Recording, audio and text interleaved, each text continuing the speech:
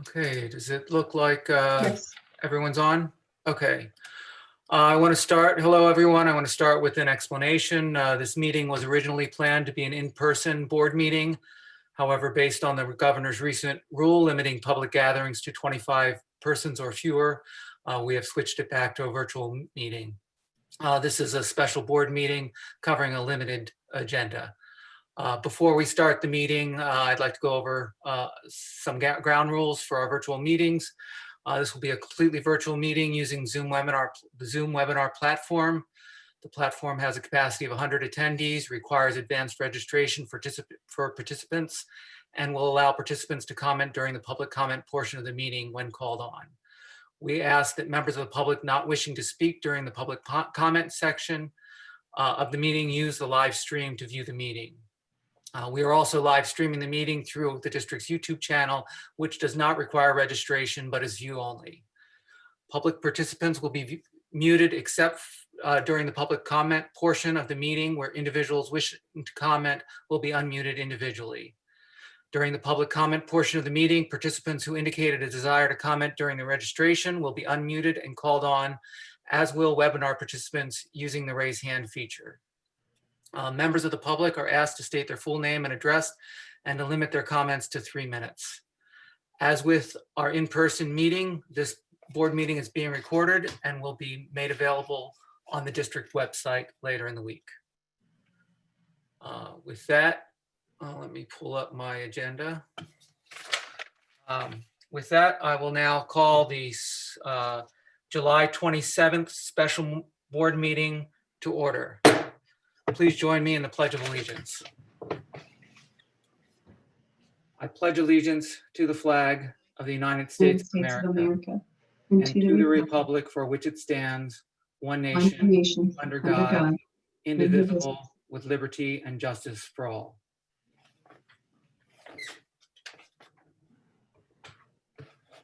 Okay, the first order of business is the roll call for attendance.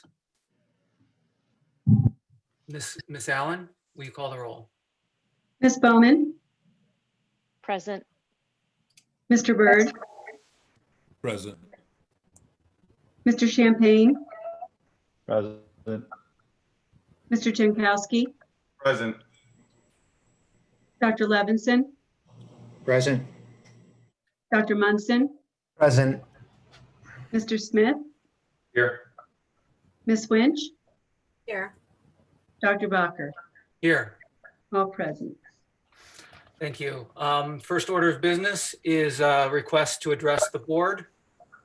I have 7, starting with Lenya Ortiz on the reopening plan.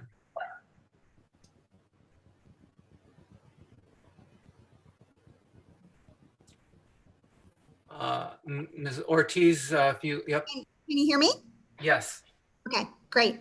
Good evening. I have read the proposed health and safety plan, and while I wish that the decisions that are being made were driven by science and not politics, this is the unfortunate reality that our children now face. In all fairness to the parents of the district who are expected to answer a survey to commit to their child or children's return to school option, the following questions should be answered to provide more detailed information on the changes to the children's daily routine due to the implemented health and safety plan.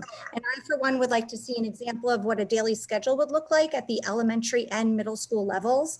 Much time and energy has been spent on the explanation of the new high school block schedule over the past few meetings, and I believe additional details at the elementary and middle school levels may give parents a better sense of their children's ability to adapt. If a hybrid model is being used in the elementary setting to achieve the number of students in the classroom to meet the plan's 6-foot social distancing criteria, will students be required to wear masks while seated in the classroom? If the required number of students in the middle and high schools can also be achieved, will they be required to wear masks while seated in the classroom? Weather dependent, will recess time be extended to allow for additional time outside? I believe the currently allotted recess time for elementary students is only about 15 to 20 minutes. Will administration support and encourage teachers using outside space to teach? According to the plan, it doesn't appear that elementary students will be leaving the classroom for anything other than using the bathroom and recess. And it's unacceptable to think that a child, let alone a child with ADHD or another behavioral condition, to stay seated for hours on end. Also, adequate daily hydration is important for optimal health. And since water fountains will not be available, do all schools in the district have water bottle filling stations? And if so, how many, and are they easily accessible by all students? How are the school administration and staff going to handle issues with children who are having trouble adhering to the social distancing, masking, or directional signage? Children are social by nature, and constant reprimanding or punishment could cause irreversible damage. What kind of social and emotional support will be provided to students struggling with the changes in the school routines? Will disciplinary actions be taken at the elementary level? Will bullying policies be modified to include issues relating to face coverings or the lack thereof for those who cannot medically wear them? Unfortunately, the tone of the last meeting sounded like the non-mask wearers would be treated like lepers. During the last meeting, some concern was raised over the fact that Maker doesn't have a hot water supply in the classroom sinks, and I'm personally concerned with the overuse of hand sanitizer. Studies have shown, depending on the ingredients used, that they can have an adverse health effect on children. I'm hoping this was discussed with the committee and the healthcare professionals were consulted. Cold water and warm water are equally effective at killing germs and viruses as long as you use soap and friction for the recommended 20 seconds. Has additional consultation occurred from the infectious disease or the psychology specialists at LVHN? Also at the last meeting, Laura Whitman alluded to the possibility of not having enough teachers to have children attend school in person, regardless of what the state's color designation is, thus requiring remote learning. Has the issue of adequate staffing levels been addressed to achieve returning to the AAP and national recommended in-person learning model? Unfortunately, the plan lacks the in-depth information to reassure parents that the daily routine of the students won't resemble a prison when they return to school. I'm hoping the committee will take the opportunity tonight to address these questions.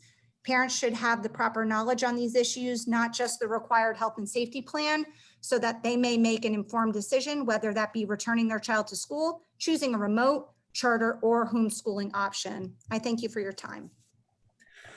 Thank you, Ms. Ortiz. Moving on to Jennifer Roth on virtual option details.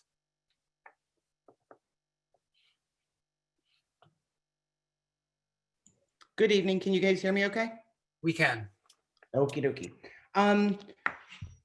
So I want to start by saying I know this was probably a lot of work for everybody. So a thank you to the effort that went in. I know most, excuse me, frog in my throat. I know most are not happy with the plans, but I thank you for doing everything you could. The first point I really want to bring up is I know most of you are aware that we do have a Facebook group for those of us that really want our kids back in school.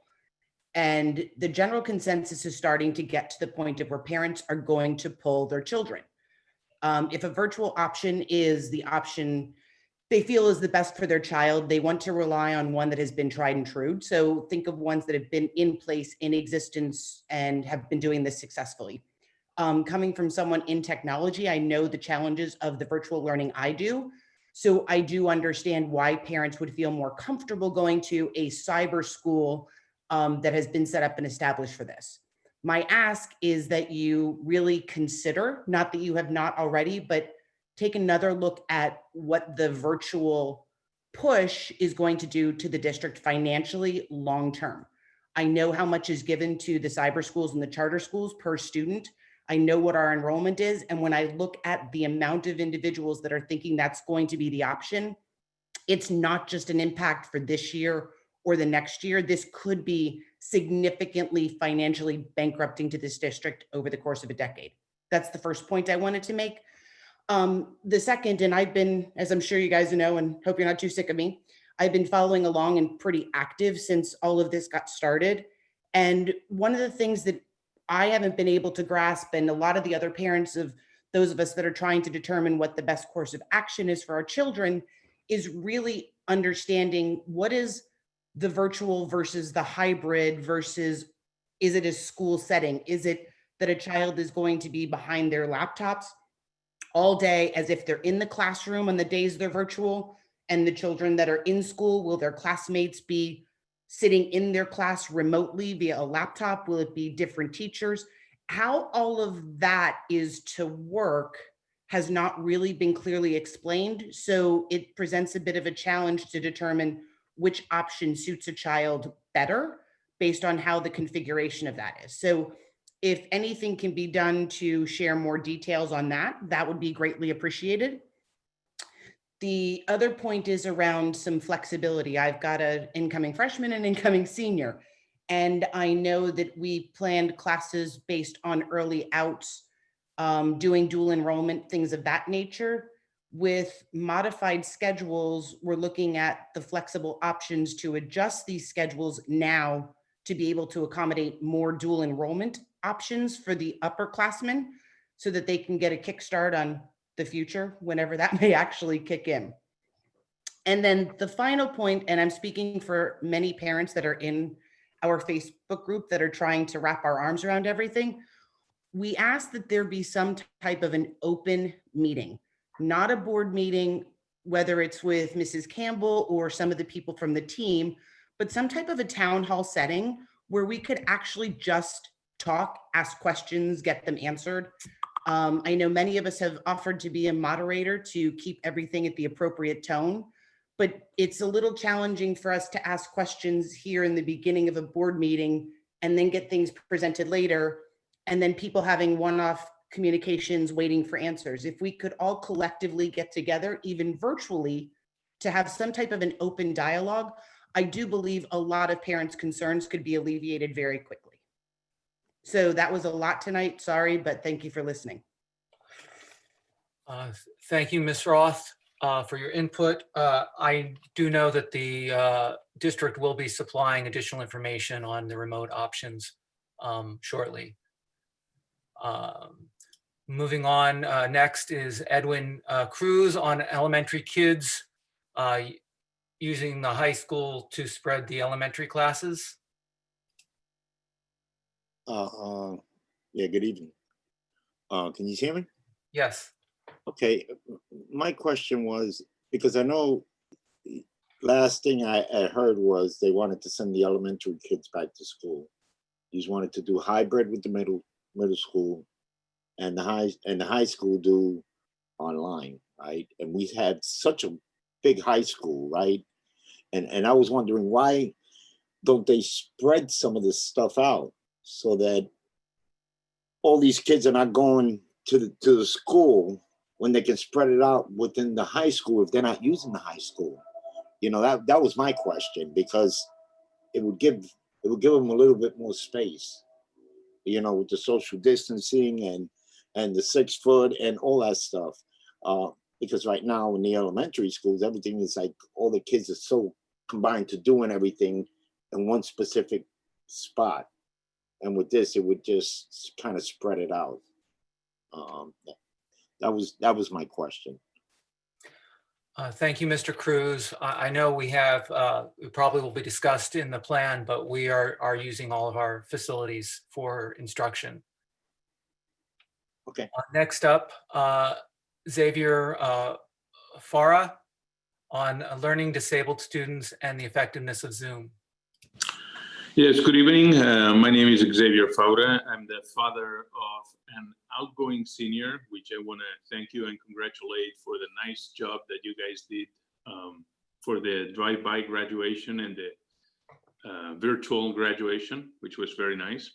But I'm also the father of a student in high school who's going to be a junior and who is in the who has several disabilities. And my concern is that what we've been provided this summer, because she's eligible for the extended school year, has not really functioned well.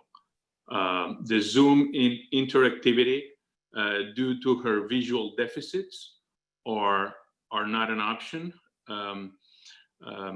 My daughter needs the structure, as most students do, but it becomes even more acute in her case due to her disabilities. I didn't understand during the summer when the high school was closed, why the extended school year couldn't take place, because there is a lot less students. The spacing could take care. The spacing should not be an issue at that point. And my concern is that the expectation throughout the extended school year that either my wife or myself were there here to support part of the learning process. And to that, I have to say, first of all, that we're not educators. Second of all, we both work. So we can't really afford to either take off for a half-hour session, which I don't believe it provides a long-term benefit to her. Our concern is that she's going to regress more than she's going to move forward. And I think the East Penn School District has always been very good in this section, in this area. I've talked to other parents, and the East Penn School District has really set the bar at an enviable level.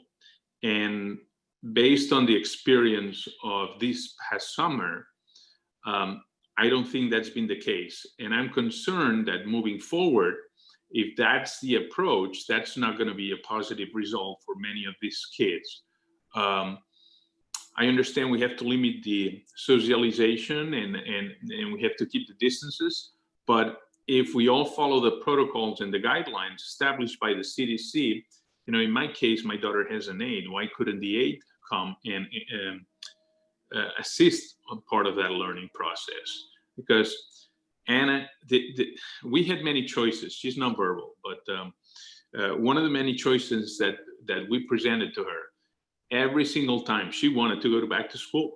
She doesn't want to be home. So I would appreciate if you guys can provide us with some, what are your thoughts in moving forward for these students? Thank you. Thank you, Mr. Farah.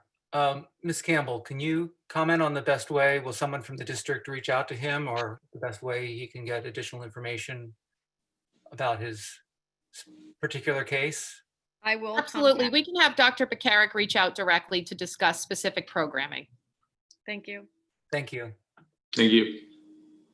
Next up is Lori Rice. Are we losing teachers who won't come back due to COVID?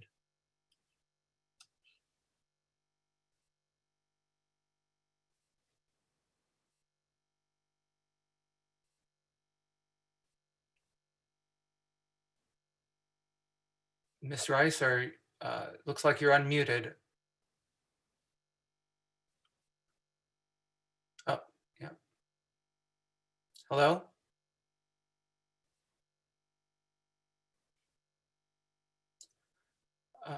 Hello? Yes, we can hear you now. Sorry. My concern was just, are there going to be enough teachers to fulfill the positions, even opening these schools on a part-time basis? So many are close, are older, close to retirement. They're not going to risk their health. I mean, do you have an amount of teachers who are leaving, or is that not known yet?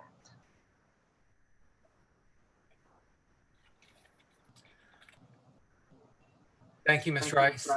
I don't know if you want to comment on that, Mrs. Campbell. That is included in the plan. We do have staffing addressed in the plan. The other piece that I'll say is certainly our human resources office. Our leaders there continue to work with employees regarding the specifics of their return to work. And so certainly if there should be an employee who's has documentation in terms of not returning to work, then certainly for those positions, we would look to secure coverage. Thank you. Thank you. Next is Paul Bashis on decision on full remote option. Thank you. My name is Paul Bashis from Zionsville. Thank you for being willing to adapt the reopening plans as the health and safety guidelines have changed. Wondering if the decision on a student going fully remote can be delayed until the parents learn about the conditions in classes. I don't think parents would be able to make a fully informed decision until they hear what it's like in the classroom, including how classes are being conducted, learning what percentage of students are wearing masks, and how well the social distancing policy is being enforced. Also, would an initial pilot program where only a small fraction of the students at each school, like say 10%, initially returning to the classes be possible to work out any issues before a larger population enters the school? I'm hoping like some flexibility can be put into the plan to account for any implementation challenges. Thanks for your attention. Thank you, Mr. Bashis. Moving on to Ms. Flieger on LCTI considerations in light of COVID plan. Can you hear me? Yes. Super. Good evening, everyone. I want to thank you for all your efforts. This has been quite a process on everyone. I am from Emmaus. I have 3 boys in the district. One is at Jefferson, one is at LMMS. My oldest is at the high school. He's also dual enrolled over at LCTI, which leads to my question. His concern is how is he, if under the current plan, it looks like he will be at the high school a couple days a week instead of his normal 5. After losing 3 months of in-class training time at LCTI, his concern is how does he achieve the skill set that he needs to graduate in light of only being able to go 2 days perhaps. And our question was, is there a way he could go more if we're able to provide transportation, or is LCTI as well limiting us to only a couple days a week? So that's our concerns as a family. Thank you for listening. Thank you. I'm not sure if that will be discussed.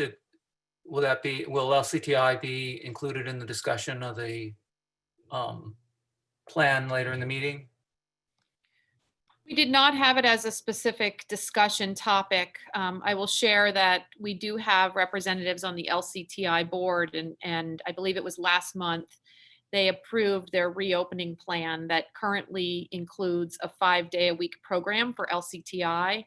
And so certainly LCTI continues to work with school districts across Lehigh County to determine what our high school schedules will be and then how they can accommodate those student needs. Thank you, Mrs. Campbell. I saw Mr. Dabrowski had his hand up earlier, but I do not see it now. Dabrowski, I mean. So we'll move forward with the rest of the meeting. Can you have 2 people that have raised hands? Yep. I think Edwin Cruz already spoke.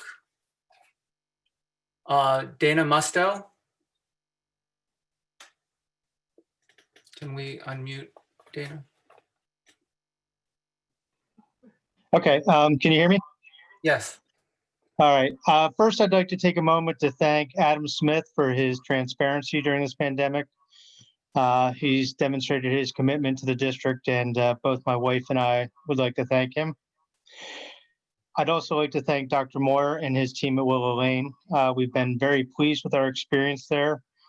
But what we hear tonight will help us make a final decision on where we send our daughter for this year. We've completed registration for a charter cyber school, and what we talk about tonight will really help us make that decision, which method forward or which path forward we take. It'll be a tough decision, but I mean, we need to consider what your plan is versus our daughter's education.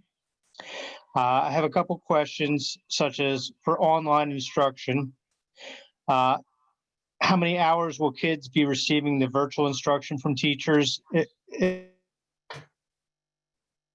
it an all-day education, just like they would be in school? I believe they're using the hybrid model, and I look forward to hearing more about that. And then if there's a COVID outbreak amongst staff, what's the backup plan if we have to transition to a virtual model, if the school is shut down like we were last year. And no subs or no subs are available. And then finally, as far as nursing, how will medications or required checkups be administered to minimize potential risk of exposure to COVID from kids who may have symptoms and are in the nursing area? And that's what I have. Thank you.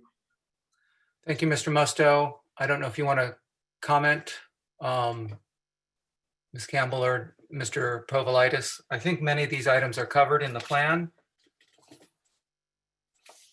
And we will be supplying additional information on the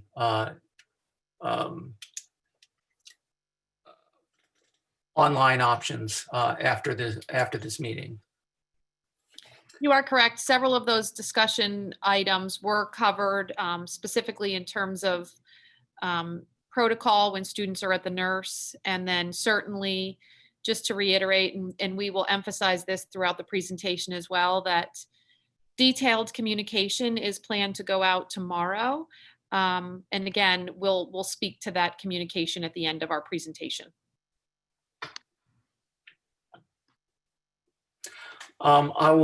I guess we should, I don't know if Mr. Cruz has something more to comment on. His hand is up.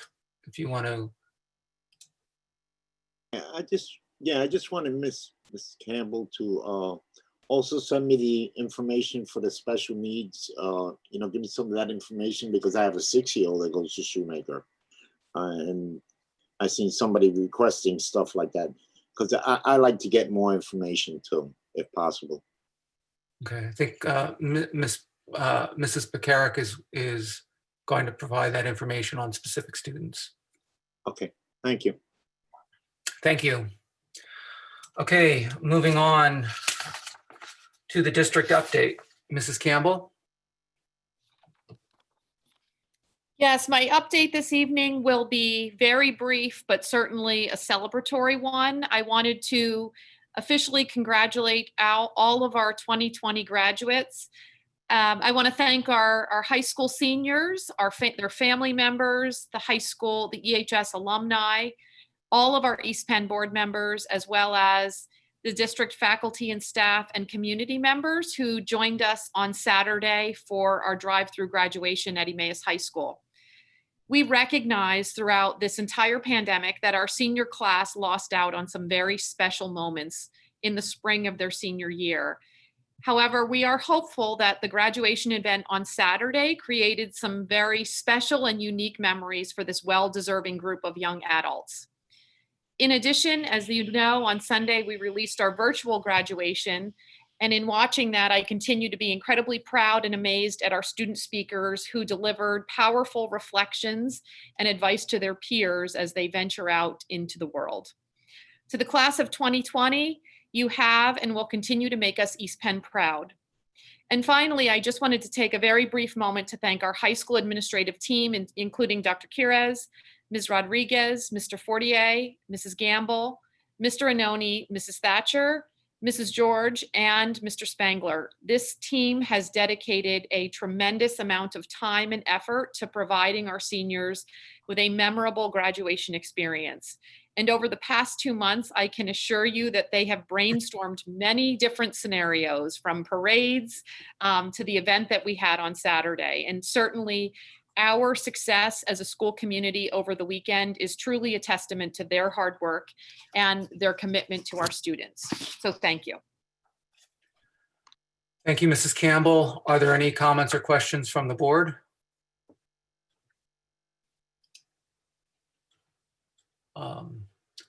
Dr. Levinson? Yeah, I wanted to share a few thoughts, and I'm sure everybody else on the board feels the same way. I really thought that this weekend's graduation ceremony, the drive-through, and then also the release of the virtual ceremony really was special. It was unique. I do think it was poignant, and certainly while it's different from the traditional experience, I do think that it's going to have it's going to have some very special memories for a lot of people. Certainly Saturday's event was very festive, and it was really nice to see the graduates get all that personal attention from the individual family members. And so I personally felt very honored to be to have been part of that and to share in that. And again, I commend the students on completing their high school careers. And then, you know, heartfelt thank you to the members of the administration, teachers and staff who helped make this go along. Thank you. Thank you, Dr. Levinson. Ms. Lynch? I just wanted to thank everybody for an amazing graduation for our students on Saturday. It was so much fun. I really enjoyed all the cutout heads and the limos that went by, and you know, every child was celebrated in their own way by their family. And I thought it was wonderful. I thought the staff did a fantastic job making sure that it went seamless. So thank you, and congratulations.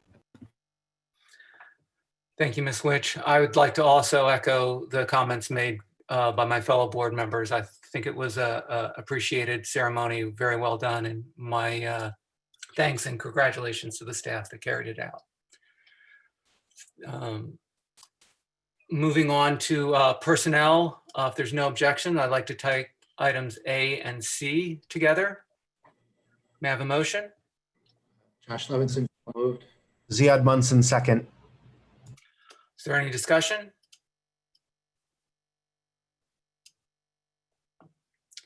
Mrs. Allen, you call the roll, please. Mr. Byrd, Aye. Mr. Champagne, Aye. Mr. Jankowski, Aye. Dr. Levinson, Aye. Dr. Munson, Aye. Mr. Smith, Aye. Ms. Lynch, Aye. Ms. Bowman, Yes. Dr. Bacher. Aye. 9 ayes. Motion's passed. Dr. Bacher, if I may, I apologize for interrupting, but given the fact that the board just approved item C, which is for an interim human resources manager, I just wanted to take a brief moment. I was not able to do it at our previous meeting, and I wanted to recognize that this interim position really is to fill a vacancy that we will have in our human resources office as a result of our current manager, Jessica Offlerbach's resignation. And Jessica's role as our human resources manager certainly has evolved in the past 5 years that she's been a part of our East Penn organization. And as all of you know, we are a relatively large organization with over 1,200 employees.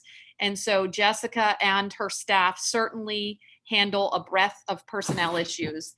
And Jessica has consistently addressed situations with compassion and genuine support for our employees. And I speak on behalf of our administrative team when I say that I appreciate her flexibility and willingness to continually improve our practices in the district. And we certainly wish her well in her future personal and professional adventures. Thank you, Ms. Campbell. Moving on to item B, may I have a motion, please? So moved to Lisa Bowman. Seconded, So moved. Sorry, was Was that? that Jeff Jankowski? Yes. Thank you. Is there any discussion? I'd like to extend a thank you to the whole team participated in this bargaining, and for the bargaining unit. It's not an easy task to be negotiating a contract in these times with COVID-19 around. So I appreciate everyone involved in this process coming to a good conclusion. So Mr. Jankowski. Yeah, I'd like to just echo, I'd like to thank the administration for their work and you know, getting to an agreement, as well as the bargaining unit group. You know, there were many meetings, discussions, and I really appreciate everyone's good faith efforts in coming to a result. So I just want to extend my thank you. Thank you. Any other comments? Mrs. Allen, will you call the roll, please? Mr. Champagne, Aye. Mr. Jankowski, Aye. Dr. Levinson, Aye. Dr. Munson, Aye. Mr. Smith, Aye. Ms. Winch, Aye. Ms. Baumann, Yes. Mr. Byrd, Aye. Dr. Bacher. Aye. 9 ayes. Motion passes. And I see Mr. Sultanic, who assisted with the negotiations, joined us. I'd like to thank you and appreciate you joining the call for, I suppose, if we had any questions during the agenda. So thank you. Thank you. Moving on to MOU for, business operations, the MOU for the school resource officer. May I have a motion, please? Paul Champagne, so moved. Josh Levinson, second. Are there any questions or comments, or discussion? Mrs. Allen, will you call the roll? Mr. Jankowski, Excuse me. I'm sorry. Booker, could I make a comment first? Sure. Mr. Munson? Yeah, I just wanted to share that I am actually going to vote no on this. I think that the district has provided a lot of great information about the effectiveness of our SRO at the high school. Officer Kloss, I've heard nothing but good things about him informally as well, including at one point and perhaps most meaningfully from a student who I know ran into some trouble with Officer Kloss. And so, I think that that's important. At the same time, the reason I'm going to be voting no is because I don't think that this MOU it does justice either to our SRO or to the standards that we want to have for the SRO program. In our board packet, we got a lot of material about what the goals of the SRO program were when it was originally passed in 2015. But one of the things that's not including in that material today that was included in 2015 was a list of best practices for running an SRO program. And among those best practices were a series of things that a high quality MOU includes. The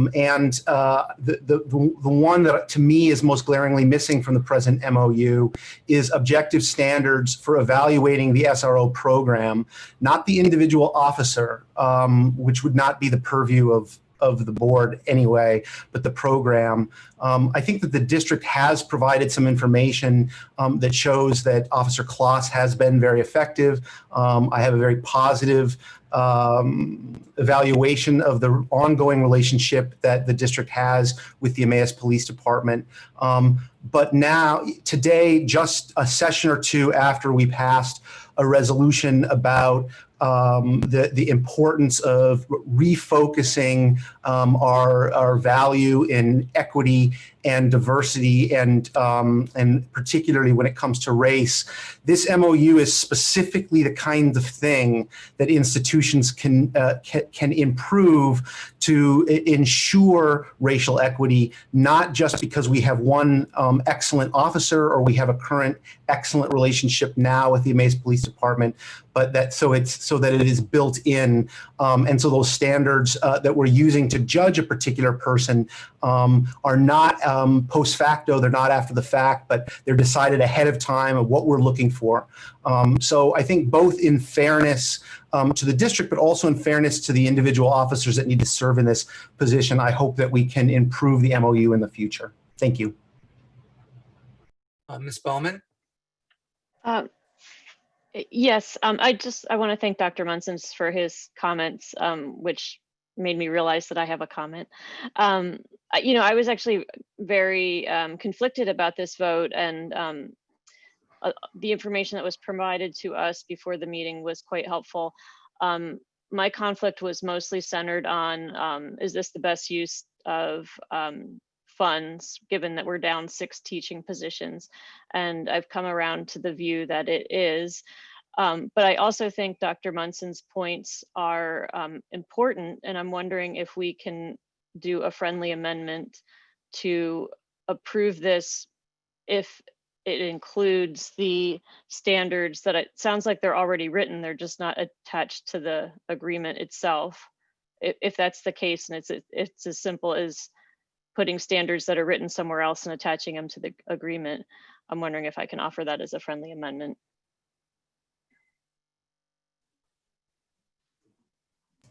You're muted. Yeah, I believe that this agreement has already been negotiated with the MAS. Yeah. So I don't think it's a simple matter to update the agreement. Yeah, you're correct, Dr. Barker. This was a very similar agreement to the one that was entered into several years ago. It was reviewed and updated by both the Emmaus officials as well as their solicitors. So it would be kind of setting us back to ground one. I'm not saying it couldn't be agreed upon, but to do it as a friendly amendment, I would suggest not. I would propose instead, maybe Dr. Munson could send, if he has some language that he'd like to, maybe we could have the discussions either to amend this agreement or when it's time to be renewed, have that in the negotiation if we agree that that's where we want to be. That's fine. I don't actually have specific language in mind, but I know the administration itself provided us with sample language when when this was first proposed a number of years ago, and that seems like a suitable starting point. Yeah, I looked for that. I didn't have a copy of it. Mr. Jankowski? Yeah, to comment on that, I agree with Dr. Munson and Ms. Bowman, but I'm just wondering if the MOU is really the proper medium for that information, as the MOU is really the kind of the engagement agreement between the borough and the police department and the high school, and whether it's not more appropriate for our internal policies and procedures with respect to our expectations with how the SRO is expected to act. As we kind of set the guidelines for what we expect within our schools, and if we're not satisfied, we can request that the SRO be removed. So and I'll look to you, Mr. Fisher, too. I'm not I wasn't sure that the MOU, like I said, was really the proper document for that much detail. I mean, it could always be added as an exhibit or something to that extent, but. Yeah, I mean, your point is well taken, because each side has to internally, if you will, sets either agree to common standards, then it could be a separate document, if you will, or if they can't agree to common standards, they're going to go by their own standards as to whether or not it's appropriate. So I guess in the first instance, can we both agree to a common set of standards? I'm not saying we can't. And if we can, then I think we can handle it as some sort of an amendment to this later on. If not, then each side will have their own standards that will go by, and it would not be in the MOU.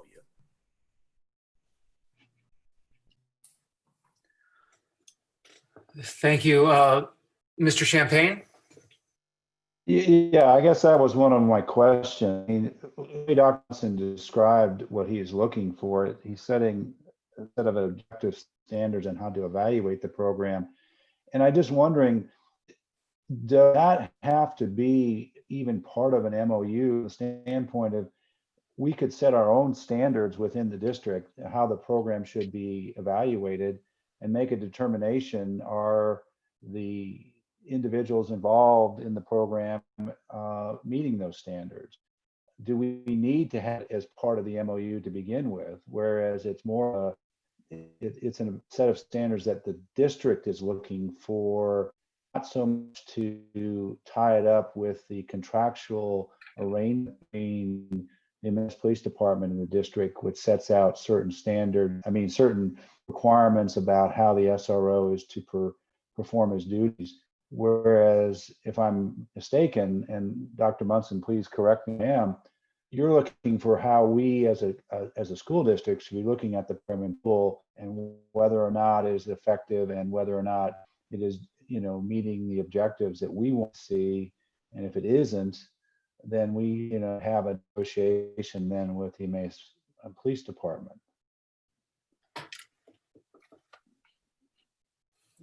Dr. Munson, do you want to clarify? Sure, I would respond to that. I actually think that's all very useful. My chief concern, so to sort of bring the wheels back, my chief concern is that as non-experts, we were all presented with a material when the SRO program was first initiated that included best practices, and best practices, as it was explained to us, was having things in the MOU that we do not have in our MOU. So that's my primary concern. I can certainly I don't really have an opinion about how that's operationalized. The point that you made, Mr. Champagne, as well as Mr. Jankowski made, that seems reasonable to me. And in fact, if the district administration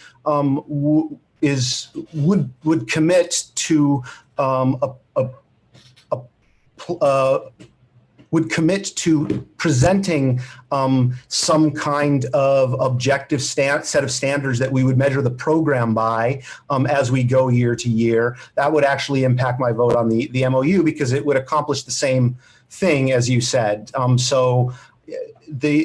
But what I don't want to say is that I have in front of me now 5 things that I want in that program. The administration needs to figure that out.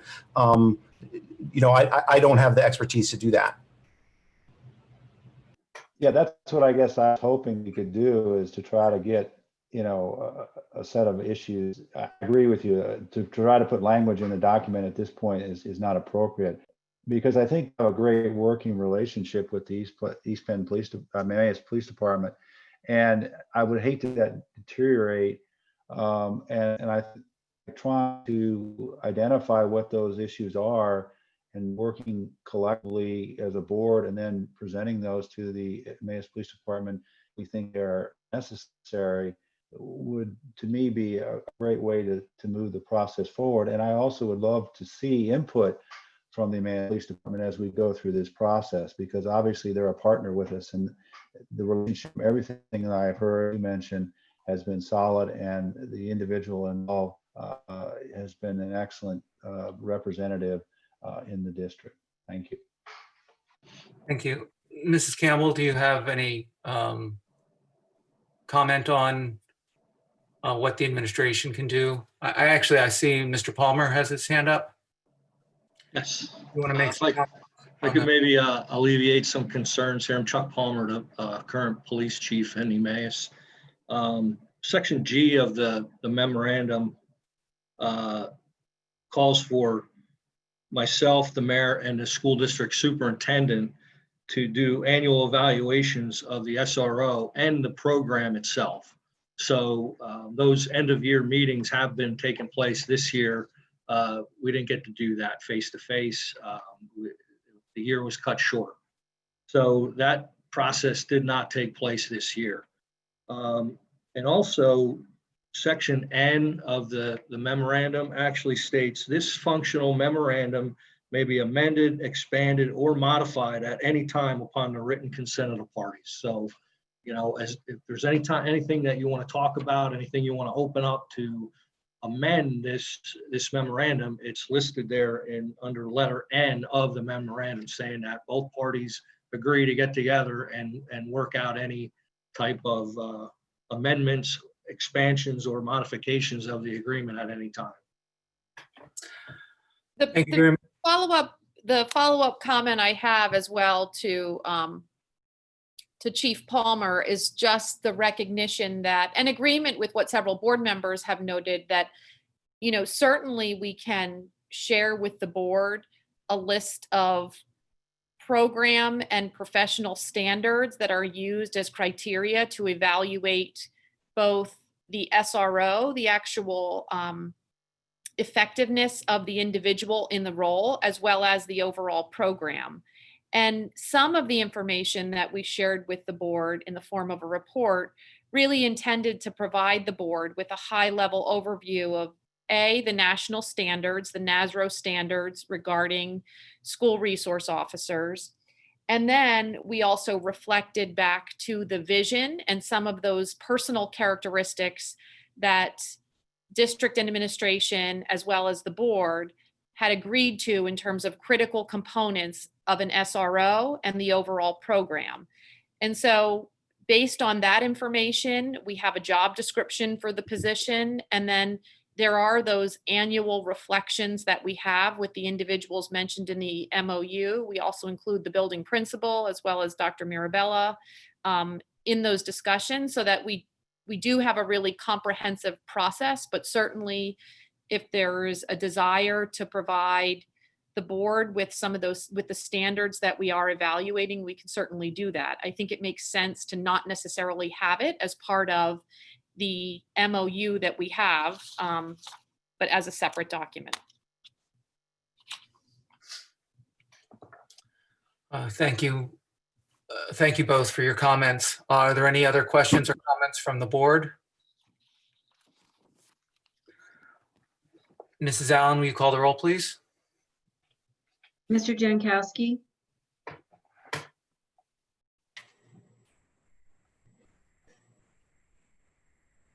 I don't think he's there. I think he dropped off. I believe so. Dr. Levinson, Aye. Dr. Munson, Aye. did you say aye? Yes, I vote yes. Thank you. Mr. Smith, Aye. Ms. Winch, Aye. Ms. Baumann, Yes. Mr. Byrd, Aye. Mr. Champagne, Aye. Mr. Jankowski, Aye. Dr. Bacher, Aye. 9 ayes. Motion passes.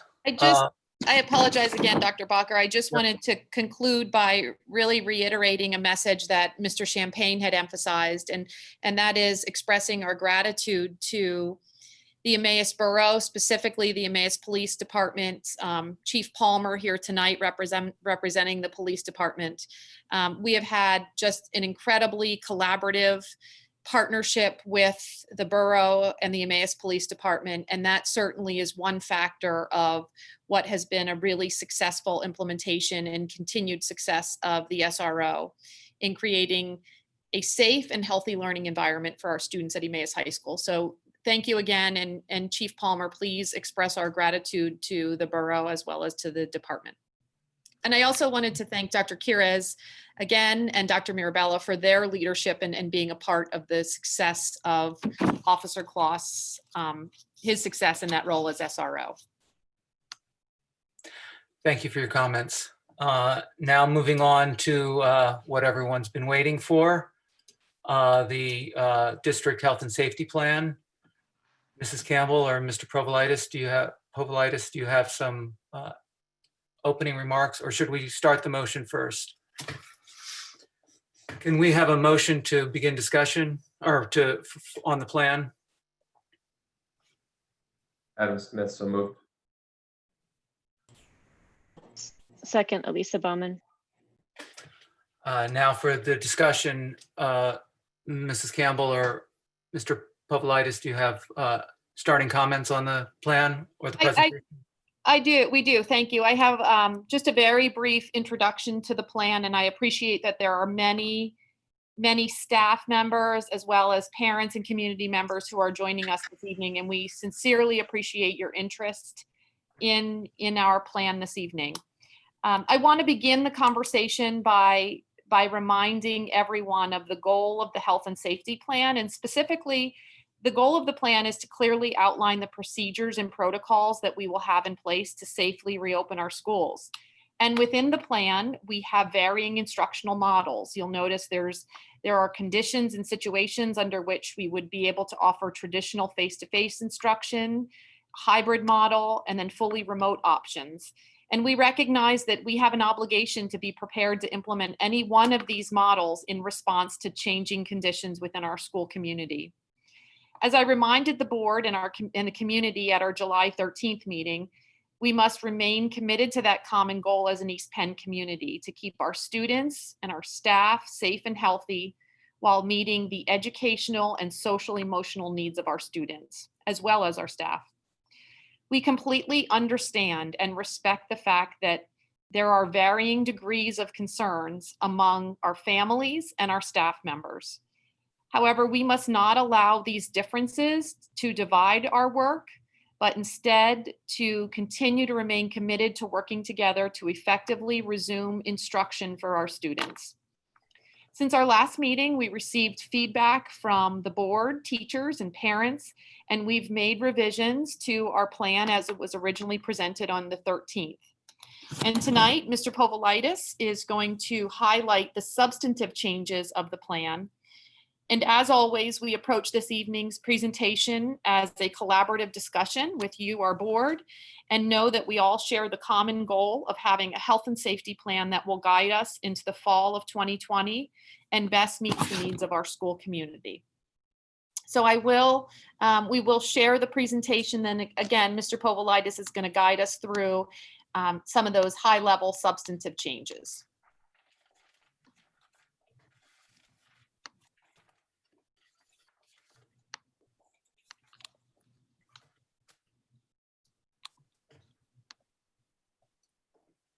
Okay, good evening.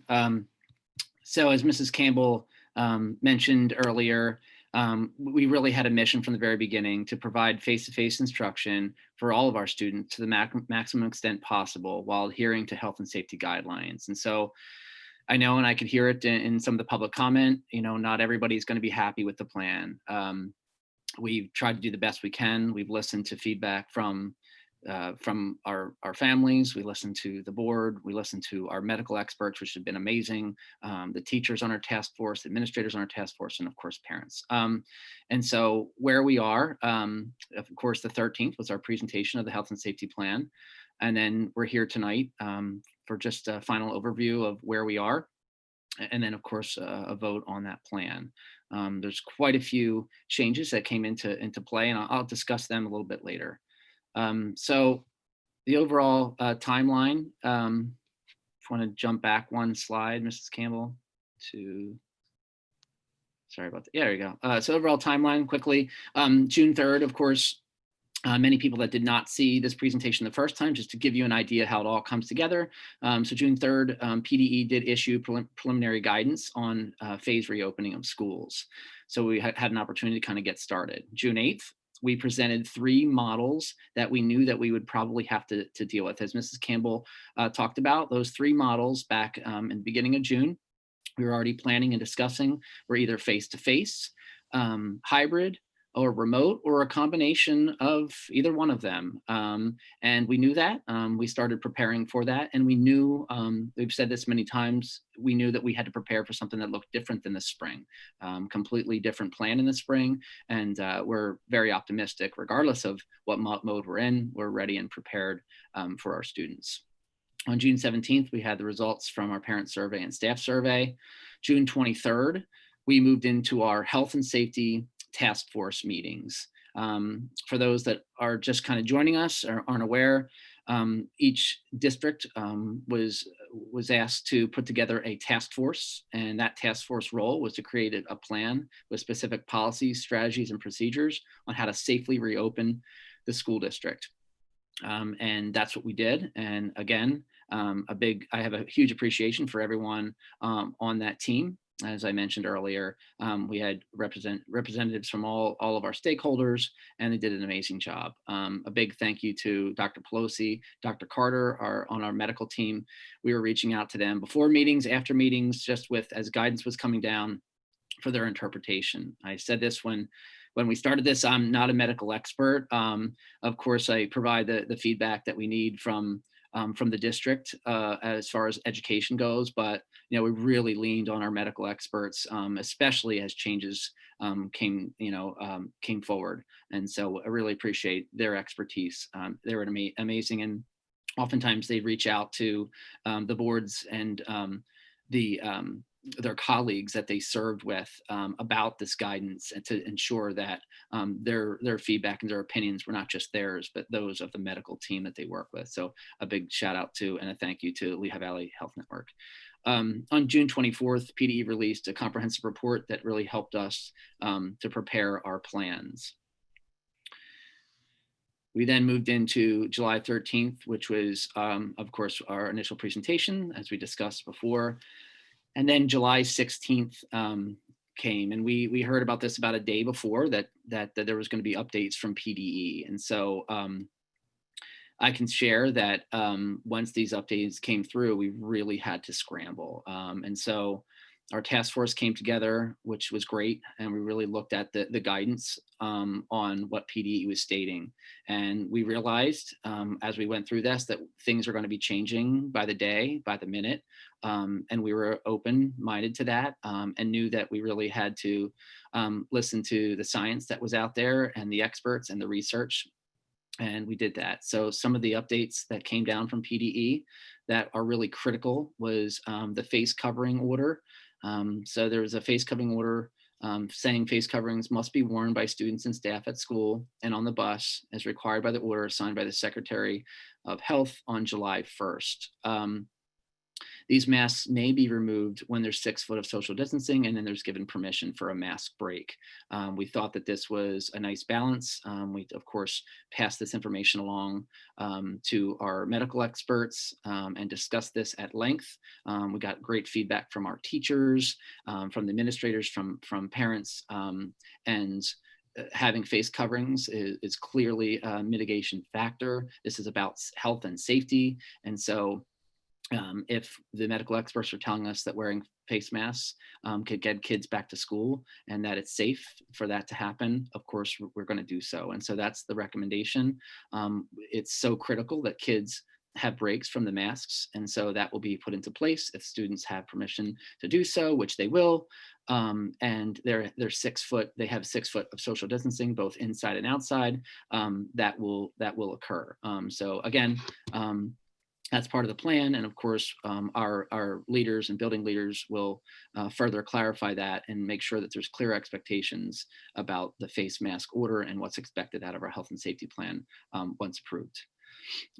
So students and caregivers should do a daily symptom screening before leaving for school. This was further clarified in the update, and it's important for us, important for parents to make sure that every single day they're looking at specifically what's in the plan, which again, we will communicate to all families to ensure that all students that are coming to school do not have the symptoms that are very specific in that screening to keep everyone safe.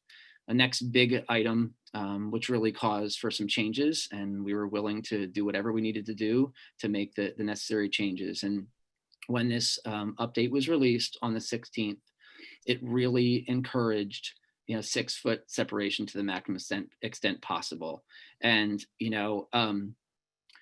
PDE clearly communicated that this guidance that came out on the 16th reflect currently endorsed public health best practices from the Department of Health.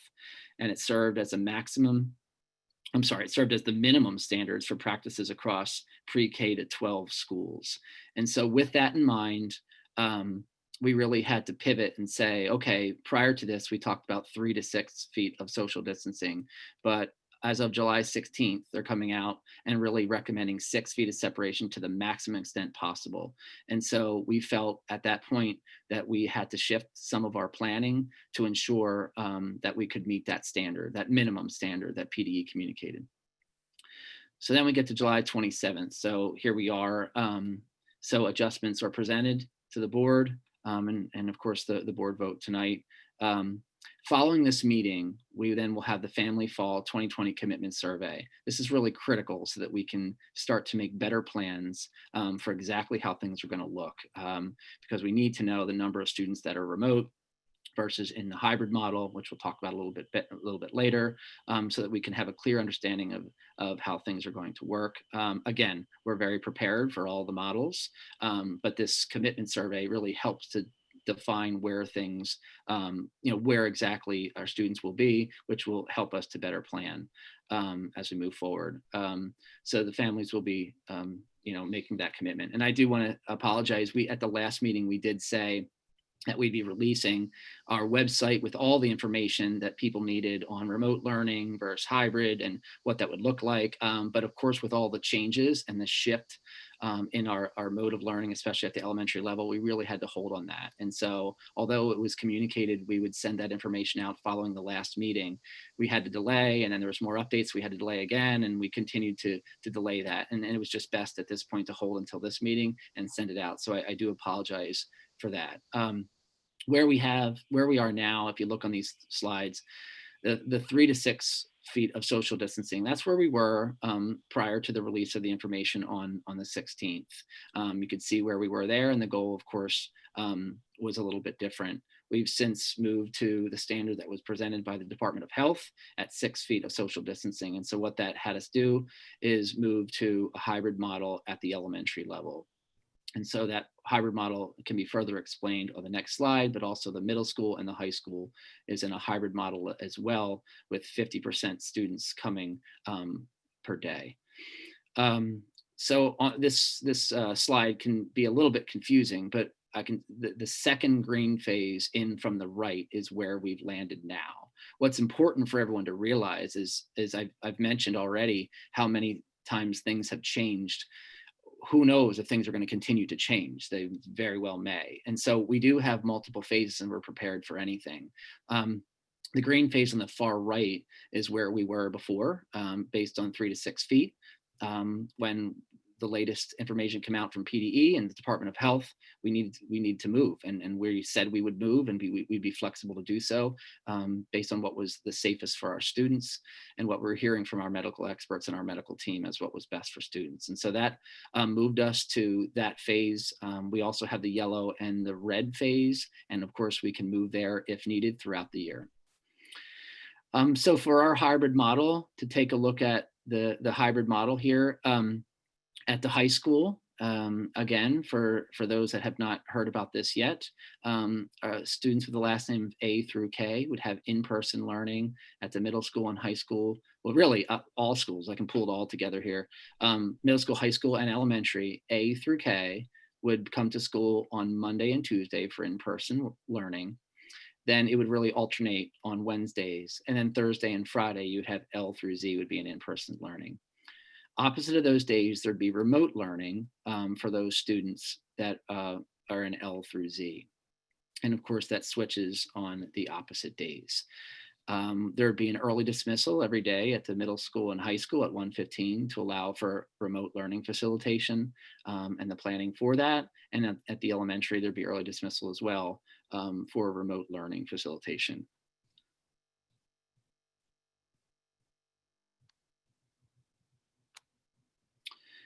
It's this last slide, if we can take a look at, so this is what's going to be communicated out on the website. And for all the families that are on this call, I would encourage you tomorrow, we will be launching this. I know this was going to be launched earlier, but we are launching this tomorrow.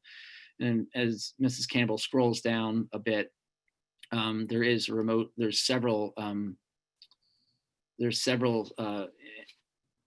videos on here, but these two are very helpful. The elementary hybrid and remote.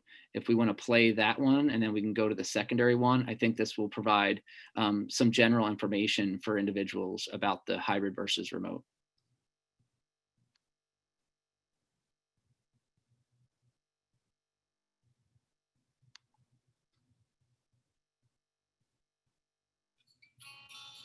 In March, when we learned we had to close our school buildings, we didn't know for how long. Therefore, instead of rolling out a full remote learning model, we entered emergency learning. Our students, teachers, and families in East Penn immediately transitioned from face-to-face instruction to a whole new type of school. Students and parents did not have a choice as to how they wanted to learn this past spring. Everyone was put into the same learning model, and it was called the Continuity of Learning Plan. The state of Pennsylvania gave every district options for emergency learning. While we started with review and enrichment, we then transitioned to a plan that allowed for new learning. But all districts were still faced with big decisions: synchronous versus asynchronous, grading versus non-grading. It brought many issues to the forefront, and we still face some of those same issues today as we plan for the future. As we look ahead to the fall, we can use all of the feedback we have received from you, our families, along with our experiences from the past few months to offer a new and improved learning opportunity. So, how is the fall going to be different than the spring?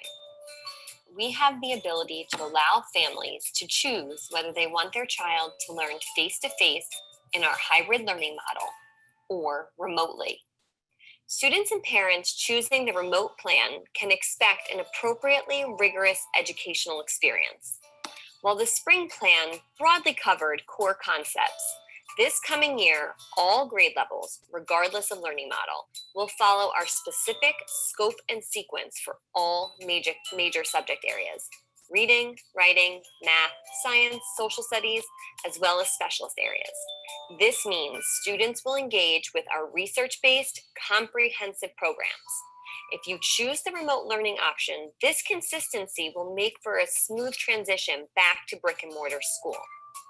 We will also resume formal assessment practices and report on student progress using our standards-based report cards to monitor student growth. In addition, students in remote learning can expect a blend of synchronous and asynchronous learning, large and small group instruction, opportunities for collaboration with peers, and consistent feedback from their assigned teacher.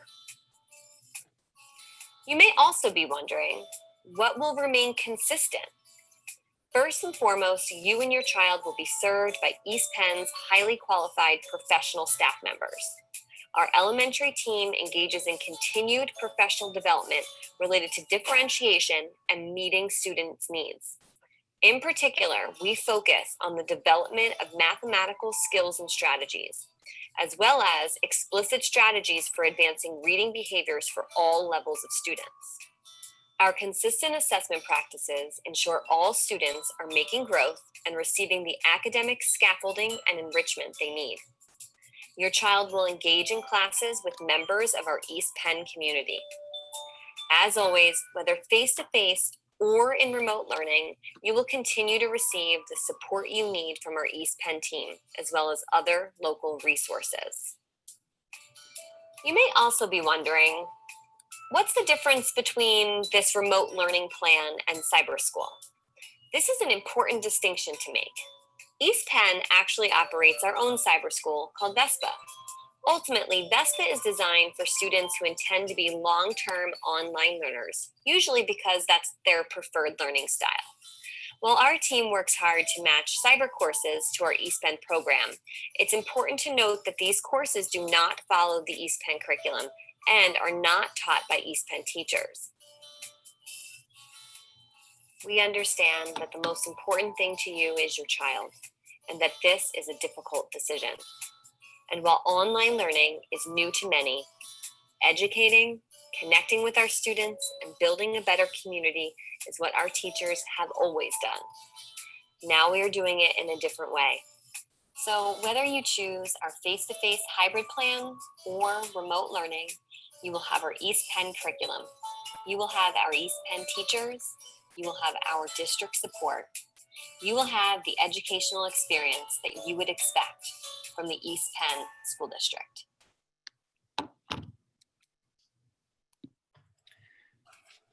The secondary model is very similar, so I think we can, at this point, we know that we'll launch the website tomorrow, and so on that website, parents will have an opportunity to look through and use the resources to help make decisions on where they want to go. And so really, for me, just to kind of sum it up, we have the options of fully remote for all of our students. The East Penn teachers will implement that plan. We have hybrid, which of course is the 50% in person and 50% remote.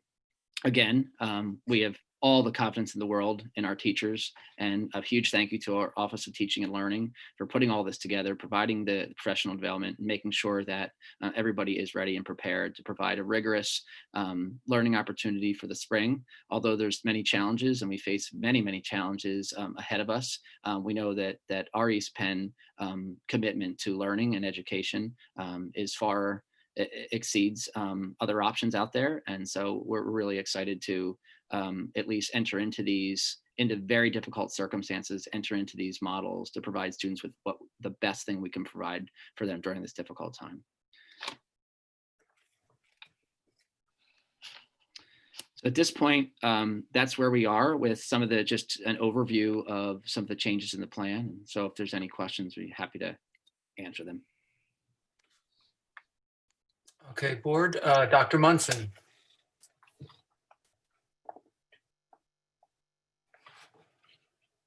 I'm sorry, Mr. Jankowski. Thank you.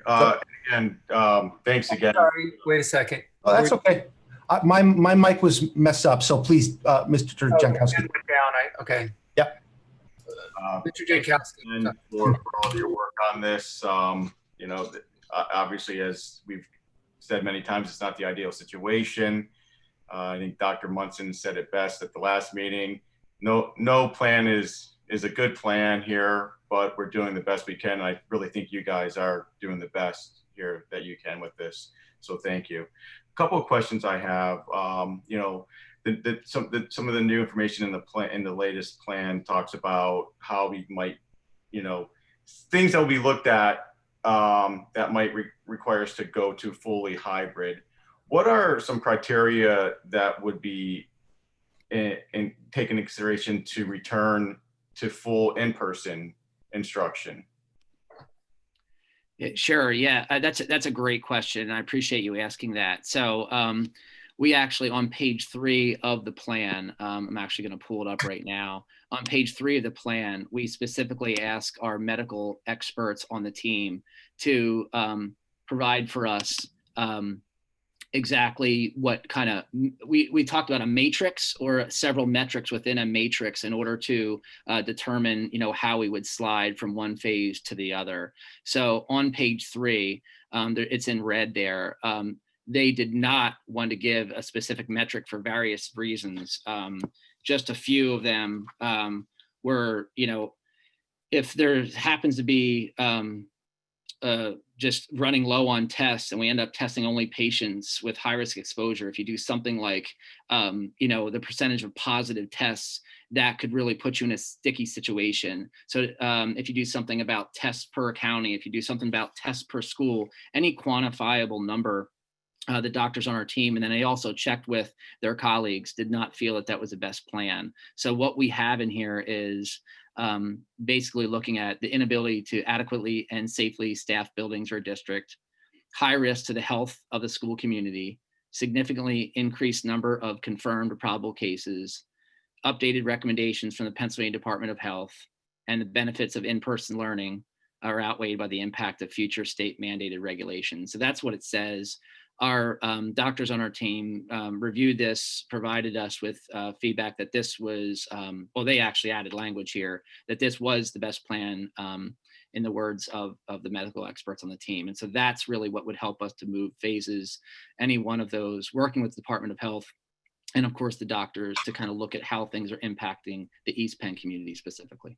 So this language in red, though, really focuses, seems on transitioning from, you know, what we're going to be, you know, what we're looking at today, the hybrid, to a fully remote. I'm talking about going the opposite. Like what are we looking at going from a hybrid to fully in person for all schools? Yeah. Was it the inverse of this? Absolutely. Yeah, I'm sorry. Yeah, exactly. It would be looking at all of that. And so if we get lucky with something like a vaccine or such low case numbers or things like that, we would continue to monitor that, and then we'd be able to slide into hopefully going back. So either way, so yes. And what are you anticipating, you know, an additional transition period? I can't imagine, you know, on Tuesday we say, all right, tomorrow everybody comes back full time. Would there be kind of a lead up period before that would happen? Yes, so we'd work with the task force, meeting on a regular basis. And of course, if we're getting close to, we think that there might need to be a decision based on the medical team and Department of Health. Either way, we'd pull the team together and make recommendations. And of course, you know, communicate with the board and start a transition and discussion and communication as to how that's going to roll out, timing, and all the other details that need to be figured out. And I asked this question the last time. I just want, will the pandemic team continue working together and meeting as we start the school year, just to kind of keep on the same page, and, you know, speaking with the doctors and the teachers to get an understanding of how things are going, where we stand with respect to new cases in the county and so forth? Yes, we'll continue to provide updates. The task force will continue to meet, and you'll be kept in the loop as to where we are. And are we going to follow the state Department of Health, or, you know, as we've seen, the Lehigh County numbers have been lower than the state. So would we, you know, based on information we see from our local doctors, are we going to be more focused on what's happening in Lehigh County versus the state in making a decision for, you know, returning to full in person? I think it's a combination of both, yes. But to answer your question, yes, we'll be looking at locally Lehigh County and even more locally than that, the East Penn community. And without question, we will be consulting with the medical team to see where we need to go. And this plan specifically states that the superintendent may need to transition us. So, which was discussed at the last meeting, you know, we have the ability here to move and not be dependent on the state or anything else if we need to, and we feel it's the best for our students. Okay, good. Now, with respect to, you know, another new section with, you know, wearing masks, the language says that, you know, students have to, you know, they'll be wearing masks in school unless permission is given. What does that mean? Does that mean it, you know, one teacher in one class could give permission for all of his or her students to take their mask off during class, and another teacher, you know, in the next room over says, no, I want masks on? I mean, is there going to be kind of a common practice that's expected in the school, or is it going to be left up to the teacher to at will say, you know, you can remove your mask now? Absolutely. This is something that we discussed at length. Mr. Fisher was involved, the doctors on our team were involved, and you know, when the students are 6 feet of socially distanced, at that point, mask breaks can be given. We know that that's important. And so, yes, there will be some standard of how that's done. There are some teachers, which people had brought up before, questions about teachers. And if their teachers have specific accommodations that masks need to be worn at all times, then we're going to do the best we can to ensure that that happens to keep our staff safe. But there'll be definitely opportunities and requirements of mask breaks throughout the day. And people ask about recess and PE, and students will be going out to recess. If they're appropriately distanced at 6 feet, they'll be able to take off their masks, get a break, and teachers will have a schedule. The principals are already working on scheduling kids to get out to recess throughout the day, so that we can get kids up and moving. Likely have multiple recess for some of the kids, some of the days, because we know that that's important to get them up, get them moving, get them out, get the masks off. So yes, we will have a standard protocol of things that will happen. I can't guarantee it's going to be like every 15 minutes, just because, as I mentioned, every once in a while there'll be accommodations that have to be met and different things in place. But if we can distance at 6 feet, we will definitely have plans that our leadership team will present to the teachers, and we'll work through that process. So, and I'm just curious. So in, for example, elementary, are the desks, the plan is to have the desks 6 feet apart? With the hybrid model, we'll be able to have the desks, you know, appropriately socially distanced. Yes, I mean, they could be long. It could be 6 feet. It could be more. Yeah. So that's where my question comes into play. Would that then give rise to teachers, because we're 6 feet or more? Would that give rise to certain teachers just allowing their class for the entire, you know, whatever subject matter the class is teaching to take their masks off? Whereas other teachers might not feel as comfortable, and they might just follow, you know, 15-minute increments during the day. Is there going to be disparate, you know, treatment with respect to the masks, or will there, you know, or will there be consistency expected with all teachers? We're going to communicate an expectation of consistency with, as I said, there's some of those situations for accommodations that are needed, but other than that, some consistency will be communicated. Okay, good. High school and middle school, and I know you discussed this previously, so I apologize. Is their coursework going to be synchronous, asynchronous, or is it going to be a combination also? The intent is that it will be a combination in the hybrid model of synchronous and asynchronous. Okay. All right. I think my last question then, you had mentioned in your presentation, Mr. Povoletis, about adjustments. You know, after the survey results come in, there will be, you know, you'll present the board with some suggested adjustments to the plan. And you know, one of my concerns is that, you know, we're asked to vote on a plan today, and there's a potential for, you know, adjustments to be made. And I mean, obviously, we don't know what's going to happen next week. You know, if numbers surge even more, you know, this could be all thrown out the window. But I mean, is this going to be expected to be a regular occurrence that you know, we're presented with adjustments at our meetings? Or, you know, my expectation is, you know, to the extent we would have a firm plan in place so that everyone's clear and, you know, this is what the plan's going to be. Again, I say we don't know what's going to happen. I mean, just in the week, you know, between last meeting and this meeting, things changed with respect to distancing and masks and recommendations and the number of people congregating indoors and et cetera. But my concern is that you know, is this going to be a living plan, or is the expectation that what we're reviewing and asked about on today is really, you know, the plan with you know, maybe minimal adjustments, but what kind of adjustments?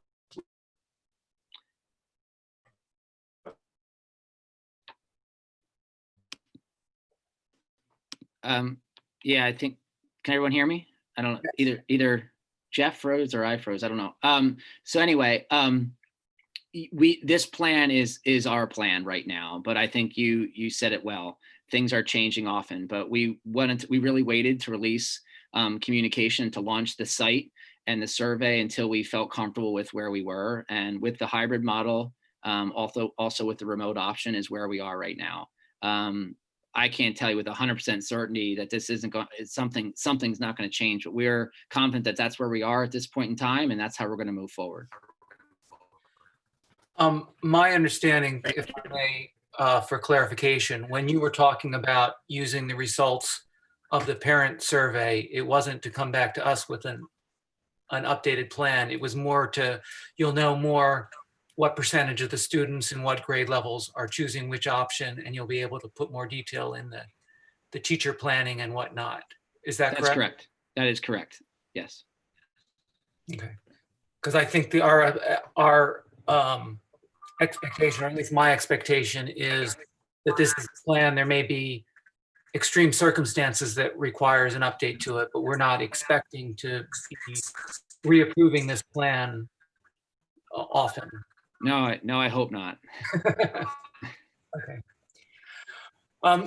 Moving on to Dr. Munson. Yes, thank you. And thank you for the presentation.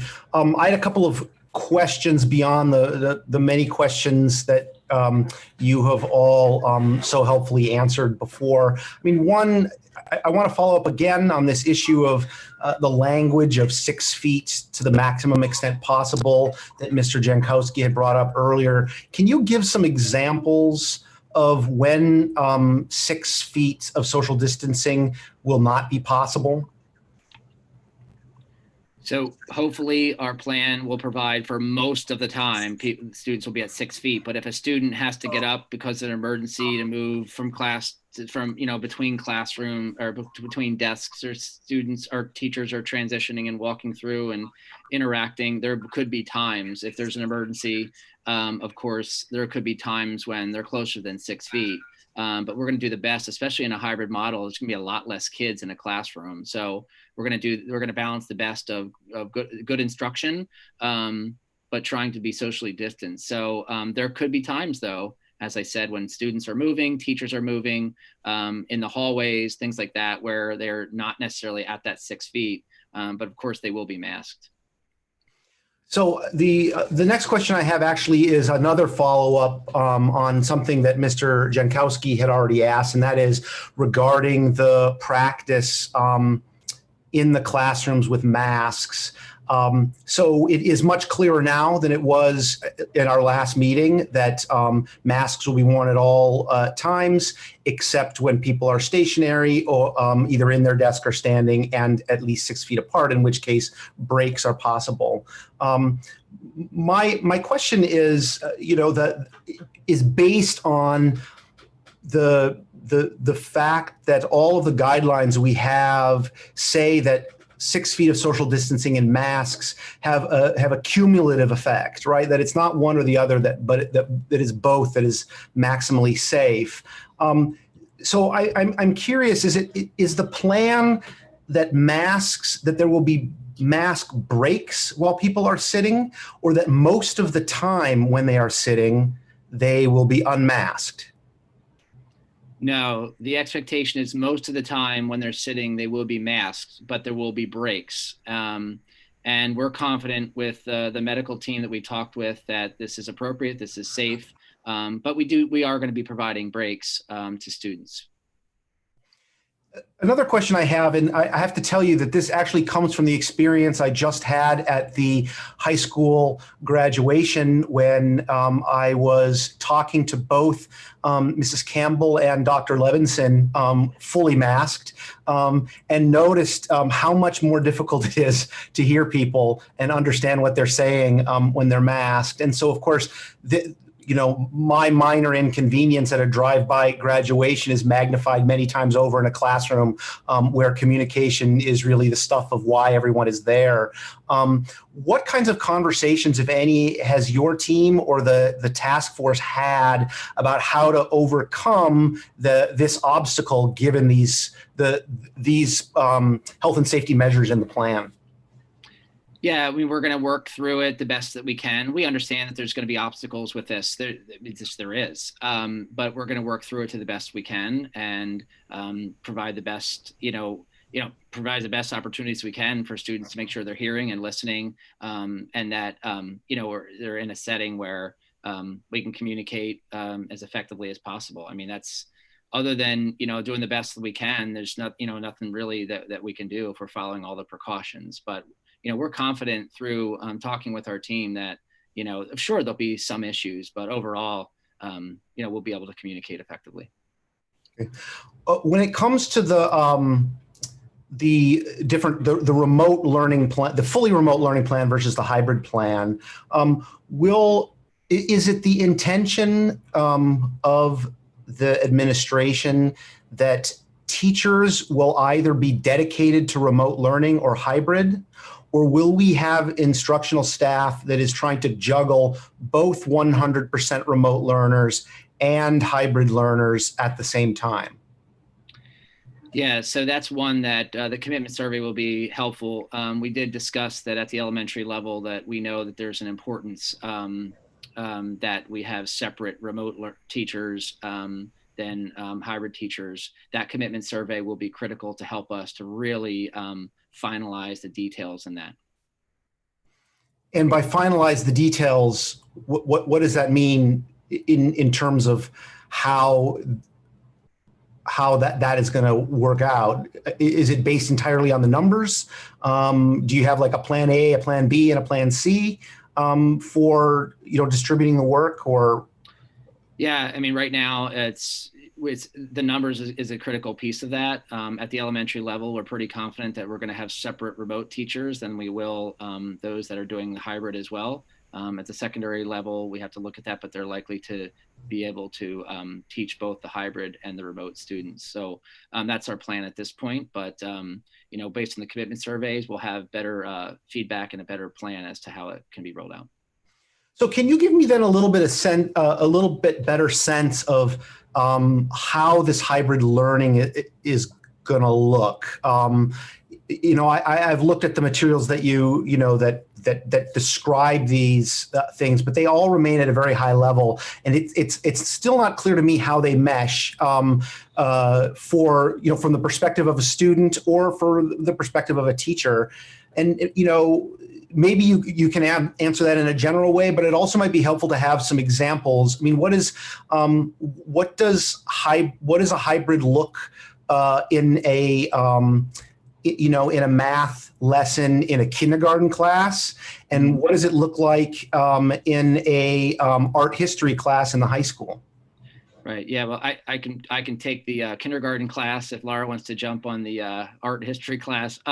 So the kindergarten class, we definitely want to have with our hybrid and students that are remote having, so meaning the students that are not in the classroom, but they're in there 50% of the time. So they have that same teacher, that's the hybrid teacher. And then there's going to be, there 2 days out of the week, they'll be at home remote learning. And so they'll be able to join the class meeting in the morning. So that'll be like a synchronous expectation. It'll be recorded for students for some reason that aren't able to participate in that, maybe because of daycare or other things, but we'll also offer the synchronous, meaning that they will be able to interact at the same time with those students. Then there'll be opportunities for independent work for the students to be working when they're at home based on information that they learned in class. And so instead of like we do a daily 5 or a rotation or centers where students will move to a different area, when they're at home, they're a different area, they're at home now. And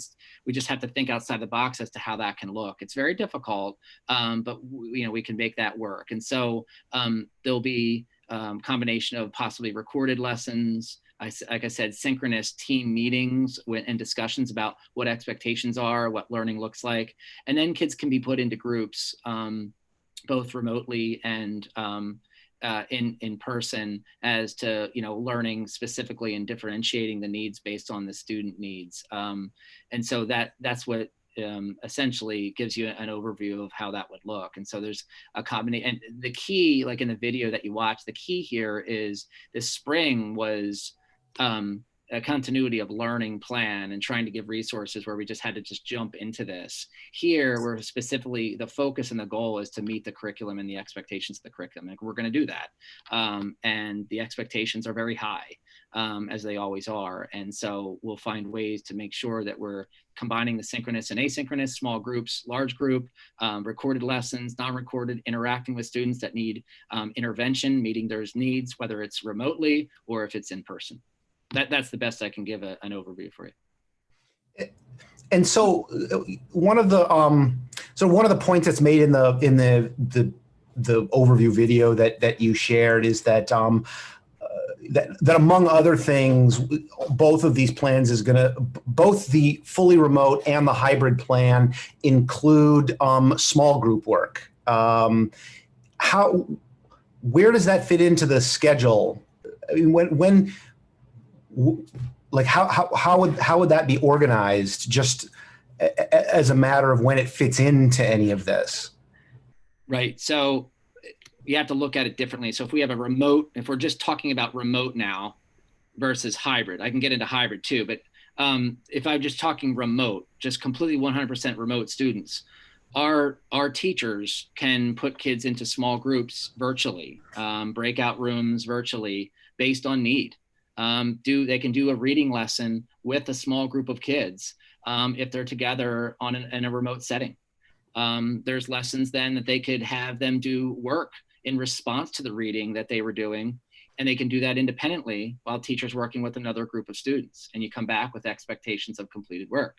There can be recorded lessons where students look at it, see if they can learn that way, and then respond and provide work, and there's assessments that are given and produce that work. And then based on where the students are as far as proficient level, then small groups can be pulled so we can meet the students' needs if they're not quite getting it. And for those that are taking off and just learning, then we push them and excel them.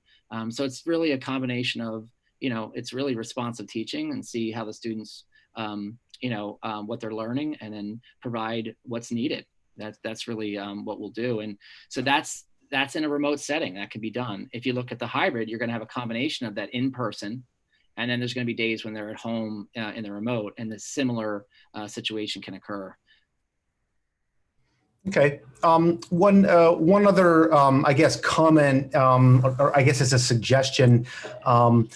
The column that you showed in the presentation on the slide that has the red, the yellow, and the green phases, there's always been 2 columns for green.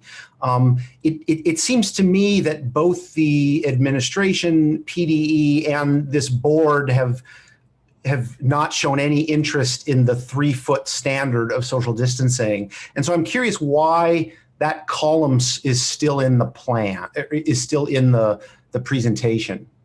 We really wanted to keep it there just in case the board was interested that is an option that others may be pursuing in other districts. And so we kept it there. Of course, that's the only reason it's there. Our recommendation is going with the 6 foot, but it's really only there because it's a possible option. I think it also speaks to Mr. Jankowski's concerns about, whether we can ever return to traditional, and we're acknowledging that it will be under 3 to 6 feet to go to full capacity in our buildings. Okay. Great. So at this point, I actually want to offer an amendment. I have 2 amendments that I'd like to offer to the motion. I'm going to do it separately and would ask for a second so that we can discuss them. The first regards a change that I think would improve the plan on page 12.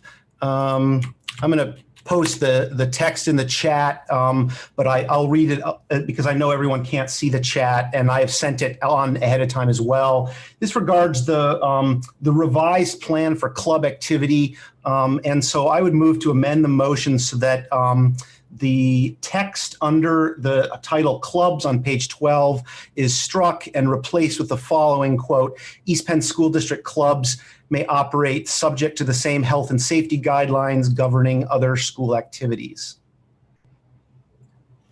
Just a question about what you mean by other school activities. Are you talking about learning activities or other extracurricular activities? What school activities are you? I was trying to leave it broad, but would solicit input on what would be most appropriate. I mean, the intention is to hold clubs to the same standard as athletics and other extracurricular activities that might be approved by the district.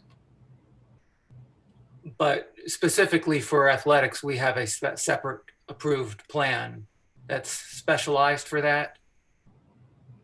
I'm just curious how we map that onto this.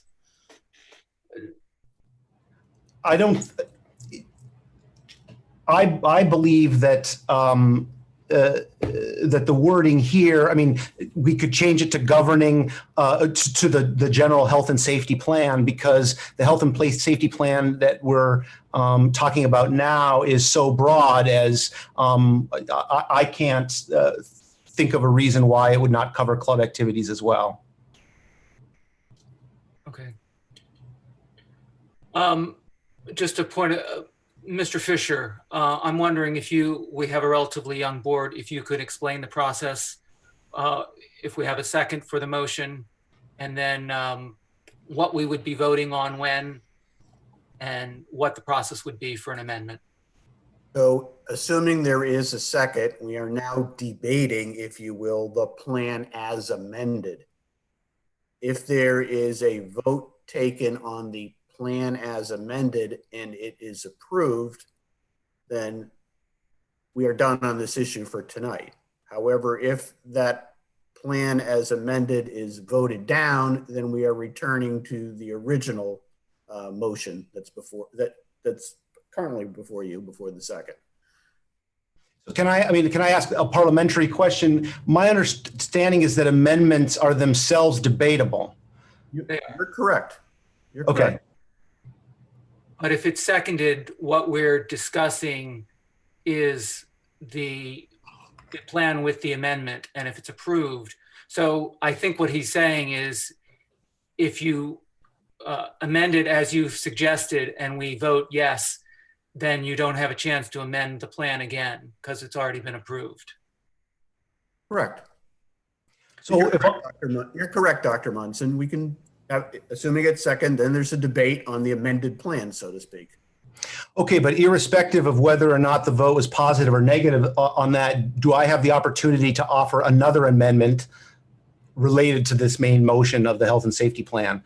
Or does it have to be all in one kettle? Well, it looks like Dr. Barker really wants to leap and say something here. out of respect for him, I'll let him go, but go I ahead. know you have two amendments, and that's why I was bringing it up. Yeah. I would propose that you offer both amendments because assuming your desire is to have both of the amendments passed, and I believe that's the only way you can have both of your amendments passed, is to offer both of them at once. If that amended plan is voted down, perhaps you can get the sense from the discussion whether it's worth offering an amendment to the plan with just one, because at the point it's voted down, we would go back to the original motion. You would have the option to offer an amendment, and perhaps you'll have a sense whether it's worth offering another amendment with just one of them or not. Agreed. Okay. Yeah, I was trying to do whatever was clearest. So, because my amendments are unrelated to one another, I was going to address them separately, but that's fine. So, so I will offer my second amendment as well, which is on page 3, which I think we've already brought up. And yes. So I've just put that in the chat as well, something I've also shared.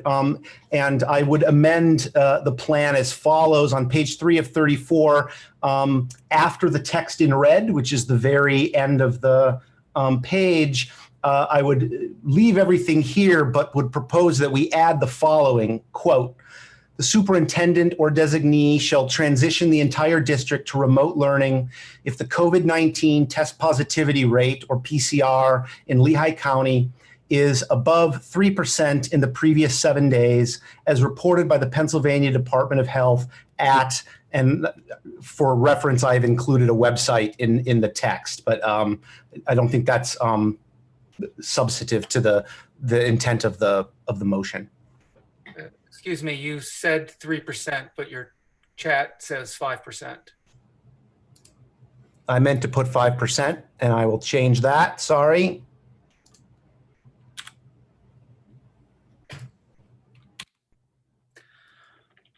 Okay, Dr. Munson has made a request for an amendment. Is there a second?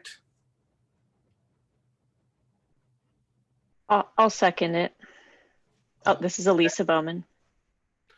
Okay, so the motion for debate is now the original motion with these two amendments attached. Okay, and so can I offer some rationale for that? Okay, so on the first one regarding clubs is fairly simple and straightforward. I don't. So first of all, I think that we've established in previous discussions regarding the budget that we as a board put a high premium on the educational role that our clubs and activities play for our students. I think that's specific. That is particularly germane now, perhaps more than ever, after so long in social distancing mode and having the schools be closed. We have, as a board and as a district, passed a plan that honors the important role that athletic extracurricular activities play in the lives of our students and our communities. It seems to me that clubs play this role for a different population of students. Sometimes they overlap, sometimes they don't. And so I fundamentally offer that first amendment as an issue of treating all students and all student experiences in school equally. And think that if we can figure out how we believe health and safety can be assured in athletics, we certainly should be able to ensure health and safety of extracurricular clubs of various kinds.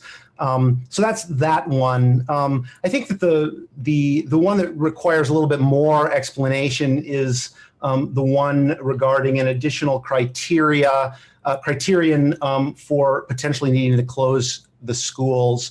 Mr. Povolitis has already shared that it is the opinion of the administration and of the task force that this kind of specific metric is not best practice.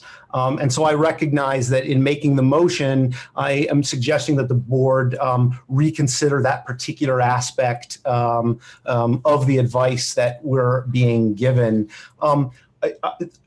The revised language that is on page 3, listing the 5 considerations for moving to all online, for all remote learning, I think are a great addition to this plan. I think that they show a responsiveness to both board input and community input. I think they demonstrate that the district is ready to play a leadership role in suppressing the spread of COVID-19 and is able to make some judgments about the health and safety of the community, independent of whether or not we are in the red phase or the green phase or the yellow phase as dictated by state authorities. One piece here that is missing and that has been of deep concern to me in trying to evaluate the health and safety plan is the larger context in which this safety plan has to operate. The district has only so much control over this larger environment, and most of the pieces here have to do with that school environment itself. But no health and safety plan that we can pass is going to keep people in the East Penn community safe if we don't have the community tools to identify, track, and isolate people who contract COVID-19 over the coming months. And I think that this amendment deals with that. It is an element that deals with the larger context outside the district. The reason that I chose the number one, the PCR or the positivity rate, according to experts, is an important measure because it gives us key insight into 3 aspects of this environment that can tell us whether or not a plan like this is safe. It simultaneously helps us see whether or not the amount of testing in the community is sufficient to identify positive cases. It helps us identify whether or not the tests that are being done are being turned around fast enough so that positive cases are not spreading it to other people unknowingly. And it tells us if there is sufficient contact tracing that is being done so that we can ensure that people are not getting it unnecessarily. The 3% threshold for this PCR comes as the recommended threshold by the Harvard Global Health Institute in conjunction with a consortium that public health experts, epidemiologists, and others who are national and international experts on COVID-19 at both Harvard and the Massachusetts Institute of Technology, MIT, put together, and it is their advice that any community in which the positivity rate is greater than 3% is not going to be successful in suppressing the virus. And so that's the reason that I picked that particular number. It didn't come from me. It came from those experts, and a little bit more. I also, I think, provided a link that provides a little bit more about that rate. I would note that it doesn't. Excuse me. I noticed you said 3% again. Did you mean 5% or? I meant 3%. Okay. Yeah. Your amendment was 3%, not 5%. 3%, not 5%. Yes, correct. Okay. I would note that nothing in this amendment replaces any of the other conditions that are in the revised plan for any of the other reasons that we might return to remote instruction. I actually think, quite frankly, my intention here is to really offer a basement or a sort of floor condition that would allow the district to be able to identify that there were problems in the safety net that we have in our community that makes continued operation of in-person instruction under our health and safety plan less safe before some of these other 5 factors would be evident. Quite frankly, I don't think that the amendment is the sort of is or should be the sole determinant of whether or not the schools are in operation. I frankly think that some of the standards that are already in the revised plan are more likely to lead to all online instruction than the thing I'm providing. But the amendment I'm providing gives that backstop. And I think it also greatly, it allows us to much more easily tell the community that we have a health and safety plan that is taking into account not just everything that's going on in the schools, but also things that are going on outside of the schools that impact the health and safety of the plan. And so with that, I'll shut up and hear from my fellow board members. Mr. Smith? Yeah, thank you. I guess I wish we could have worked this out a little bit differently, because I feel like I have now 2 sets of questions. I have questions related to the amendment and I have questions related to the plan overall that we haven't had a chance to get to yet. And Mr. Fisher, correct me if I'm wrong, but if I don't ask all of these questions now for both the amendment and the plan itself, then if the amendments pass, the opportunity to ask those questions about the plan itself has now gone, correct? Okay. All right, then I've got a couple. I think he was on mute. I think for other people, the clarification is we are now debating the plan with the amendments. So if we vote yes, if we were to have a vote right now, we would be voting for the original plan with these 2 amendments. So yes, if you vote yes, you wouldn't have a chance to ask further questions because we'd have passed a motion. Okay. And that seems a little disjointed, but that it is what it is. So Dr. Bacher, again, as last time, I'm going to ask my 2 rounds of questions, and I'm going to ask to come back for some follow-up comment after I listen to all of my colleagues speak. So when you see my hand a second time, that's not an accident. So I guess first I'll start with my questions for the amendment. For the PCR cutoff, Mr. Povolitis, you mentioned the matrix, and it's not specified there in the plan by design. Can you share whether the PCR is included in that matrix at any point? Is that part of that matrix at all?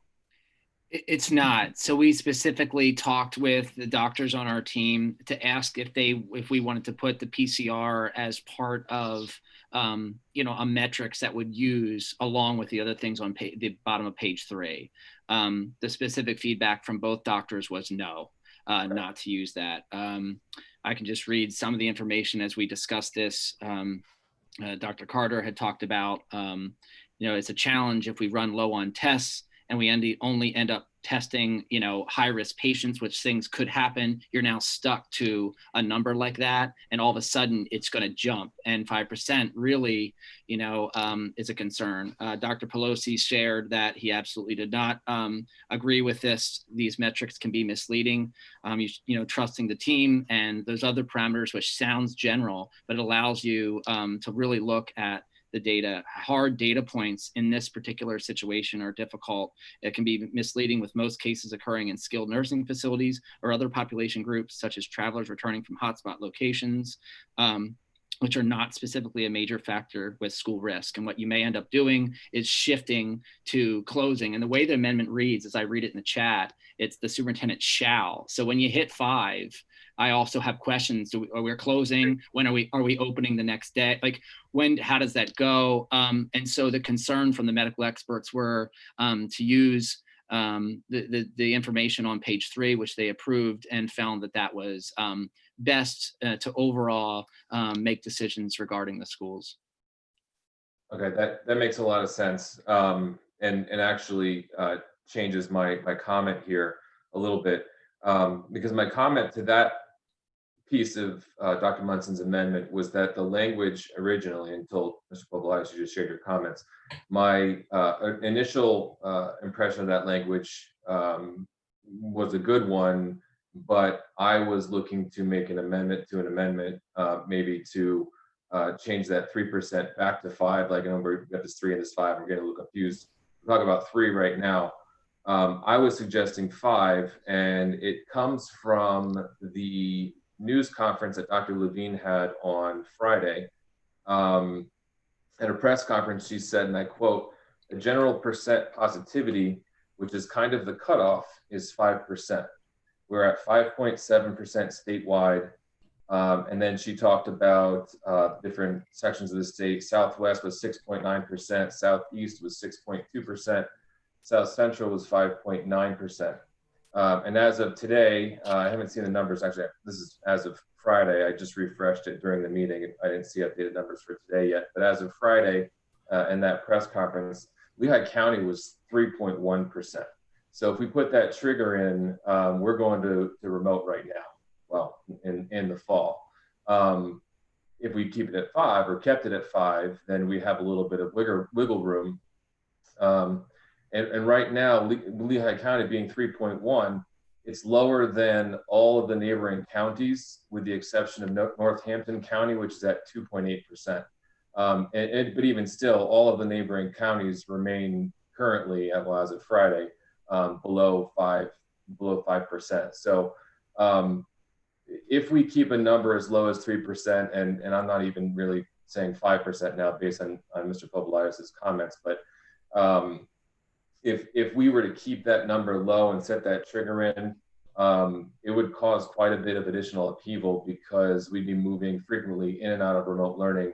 And that's going to be very difficult for parents. I mean, just yesterday, I had another parent tell me that they were choosing remote learning precisely because it was more predictable and consistent for their own schedules. It wasn't certainly their first choice in terms of, I don't believe it was anyway, their first choice in terms of learning for their kids, but just for the family's consistency's sake, they wanted to go with remote learning. So a constant in and out of remote and hybrid and back again would be pretty difficult. So I don't think I can support that piece of the amendment. And as far as the club language, in the original version, it talked about clubs being virtual, I believe, for the first 2 weeks. I was hoping that a member of the team would be able to speak to why they had put the language for virtual for clubs in the original document. I can share some feedback, and certainly Mr. Poblaitis, please add as well. I'm looking at the plan, and the plan currently reads that clubs will begin virtually with the possibility of phasing in a return of face-to-face, again, based on updates from the Health and Safety Task Force. Part of the intention there really was minimizing the number of interactions that students might have with other students other than those outside of their classes throughout the day. We also then have to consider, and that is, I certainly appreciate Dr. Munson's point about the fact that we have a health and safety plan specifically for athletics. I would say, this is not about prioritizing the importance of any of those activities. We certainly value those experiences for all kids. The difference is, I'll give an example of, potentially Key Club or National Junior Honor Society could facilitate many of those activities in a virtual environment, as opposed to a reorienting students to a physical activity, which is what athletics is. Clearly there are two different forces at play there.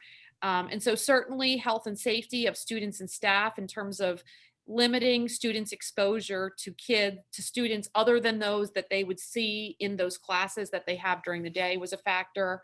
And then also When we offer after-school clubs and activities, in the past, the district has then provided transportation. Those were activity buses for purposes of efficient operations. And so again, we have more commingling of students than we typically would during a school day, potentially, because you can also have kids from different grade levels, different neighborhoods sitting on that same bus. So those were some of the factors that we've considered. And Doug, certainly feel free to add any other items that you recall our discussion including.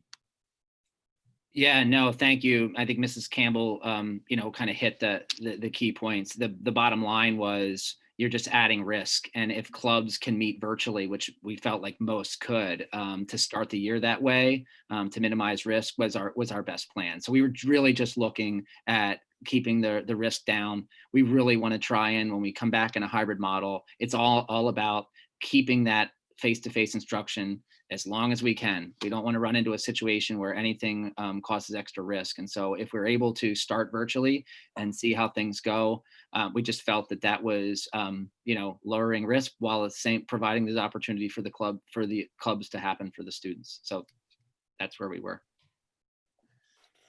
Okay, thank you. And that really sums up, I think, part of why I would have to vote no on the amendments. Now on to my questions related to the plan, the rest of the plan itself. Most of them are logistical, smaller questions, nothing that would necessarily, shift the vote one way or the other. But these are some questions I received from parents last minute today, this afternoon, before the meeting. With lunches at the middle school and high school, the plan says it will utilize extra spaces. Are they going to be eating in homerooms or in cafeterias spaced out? Is that too far into the weeds? Have we gotten that far yet? No, we are using alternative spaces, so cafeteria and then extra areas as well. I don't necessarily, if we have to use classrooms, I'm not sure the details, but spreading out into other areas outside of the cafeteria to make sure we're at the 6 feet. Okay. On page 24, it talks about the symptoms and, one symptom or two symptoms in which you can come to school and which you should not be coming to school. Page 24, under group B, it says vomiting and GI issues. There's several hundred people on the call, so there's some language there I don't really want to say over the computer here. Vomiting and GI issues are under group B, which would be saying you would need to have vomiting and a headache before you have to leave school. So if you just have vomiting and I don't have any other symptoms, if vomiting is in group B, then under that language, I would be going to school, if I'm reading that right. Yeah, I think you are reading it right. That we just took that language directly from the information that was updated on the Department of Health communicated out on the PDE site. So if you actually go on that link and you look, that's specifically what it says. So we used what they communicated out so we updated that based on where PDE was. So that language is not our task force. That's language basically coming from Department of Health and PDE. Understood. That being said, if we could move those. Sorry, Dr. Bucker. Specifically for COVID-19, there are reasons if students are sick to stay home outside of having COVID-19, but this is specifically to identify students likely sick with COVID-19, and this is the list, the list that's shared. It's similar to the list I have at work also. Yeah, but it doesn't read like that. If I'm a parent making a decision of whether to send my kid to school or not, every symptom of everything a kid could have is going to be judged under the lens of, oh my goodness, is this COVID or is this not COVID? So if I'm a parent looking at a list of symptoms of my child, I'm gonna look at this and say, well, it's in group B. My kid's vomiting this morning. It's in group B. I mean, I would think those two particular symptoms would be symptoms that you'd want to keep your kid home, regardless of what lens or what environment healthcare wise that we're looking at. If we can consider, I mean, this is not a major revision of the plan. This is one of those things that we would tweak and change as we go. But if that would be something that we could potentially move those two symptoms up into group A, I think it would clear it up for some parents. I had two questions about transportation. There was some description of the disinfection of buses.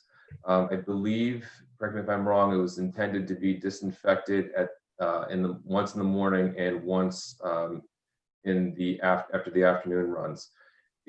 Are we going to have the same bus doing an elementary, a middle, and a high school run? And if so, will they be disinfected in between each of those runs, or just once after all 3 runs are completed? I can. Doug, would you like me to take that question? Sure, go ahead, thanks. Sure. I can tell you that on buses that are used in a 2-tier run, meaning like if they were used for high school and then elementary, or middle school and then elementary, there is not enough time between runs to completely bring it back to the terminal, spray the entire thing down, let it dry, and get it back out for the 2nd tier of the run. So the plan right now is to do sanitation after the morning runs, sanitation then obviously after the evening runs, and a wipe down of high touch areas between 2 tiers. In other words, between the high school, middle school run and the elementary run that would come after that. Okay, that makes sense.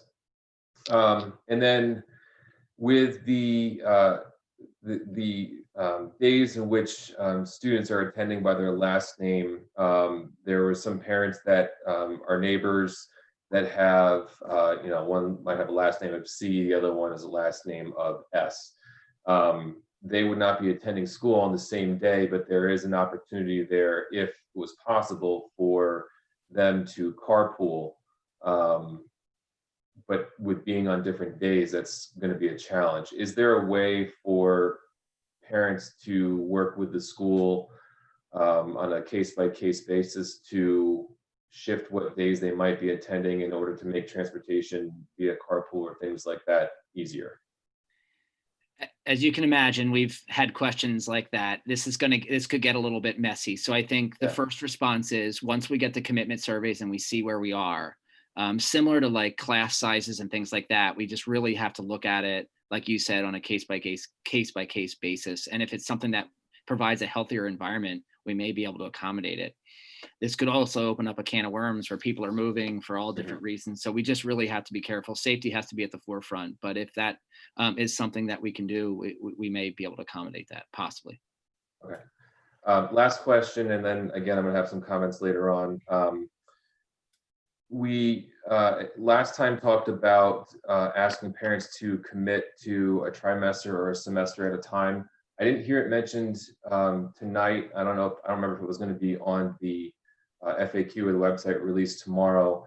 Was there a change in that commitment time that we're looking to ask out of parents? I think it was in one of the opening comments.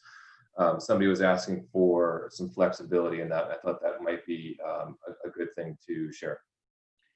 Yeah, thank you. Yes, it was 3. We're looking at 3 weeks to provide some flexibility for families, knowing that that's going to be difficult to transition a lot of students. But we know that this is difficult for parents, and we want to provide a little bit more flexibility. So that's what we changed to. 3 weeks of commitment at a time. Yep. Okay. Thank you.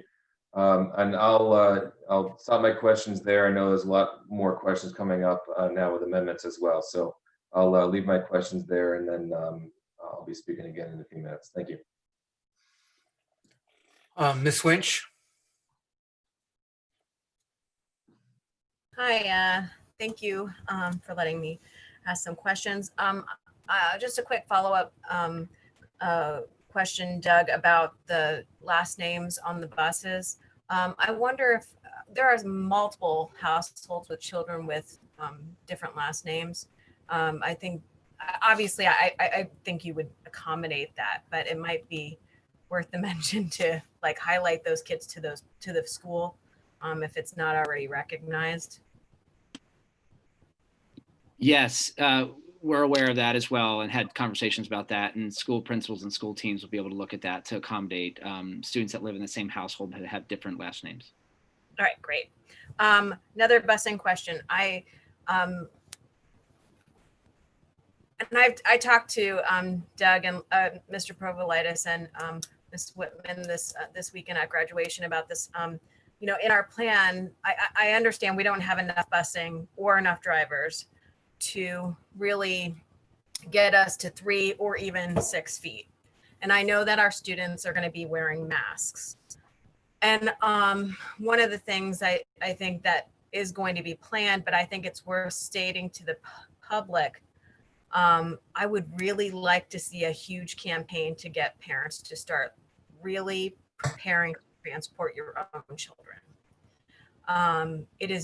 We cannot make it safe, so to speak, as safe as it would be in the actual physical school on our buses. So I think that it's worth saying now, as there's many parents and educators on this meeting, that that is something that you should start considering right away. Would you agree, Doug? Absolutely. I definitely agree. As you know, and we talked about, if we provide transportation for one student, we need to provide it for all, but that doesn't mean that they have to, that families must use our transportation. So sure, a campaign or just asking, or encouraging families to drive students when possible would really help to lower the risk for everybody. So absolutely, I do agree. So to the public, I'm going to remind you right now, our plan allows us to have 2 children per seat. So again, please start making those arrangements, and I'm going to leave it at that. One of the things I really appreciate the much stronger language with the mask for not only the students, but also the teachers who are just refusing to wear masks for one reason or another. I've been contacted by a teacher that is not in the district, but had just an overarching concern about sometimes we get a little lazy once we get kind of into things. We've all seen it at the grocery store, but at first everybody was totally masked. Now it's everybody's under their nose.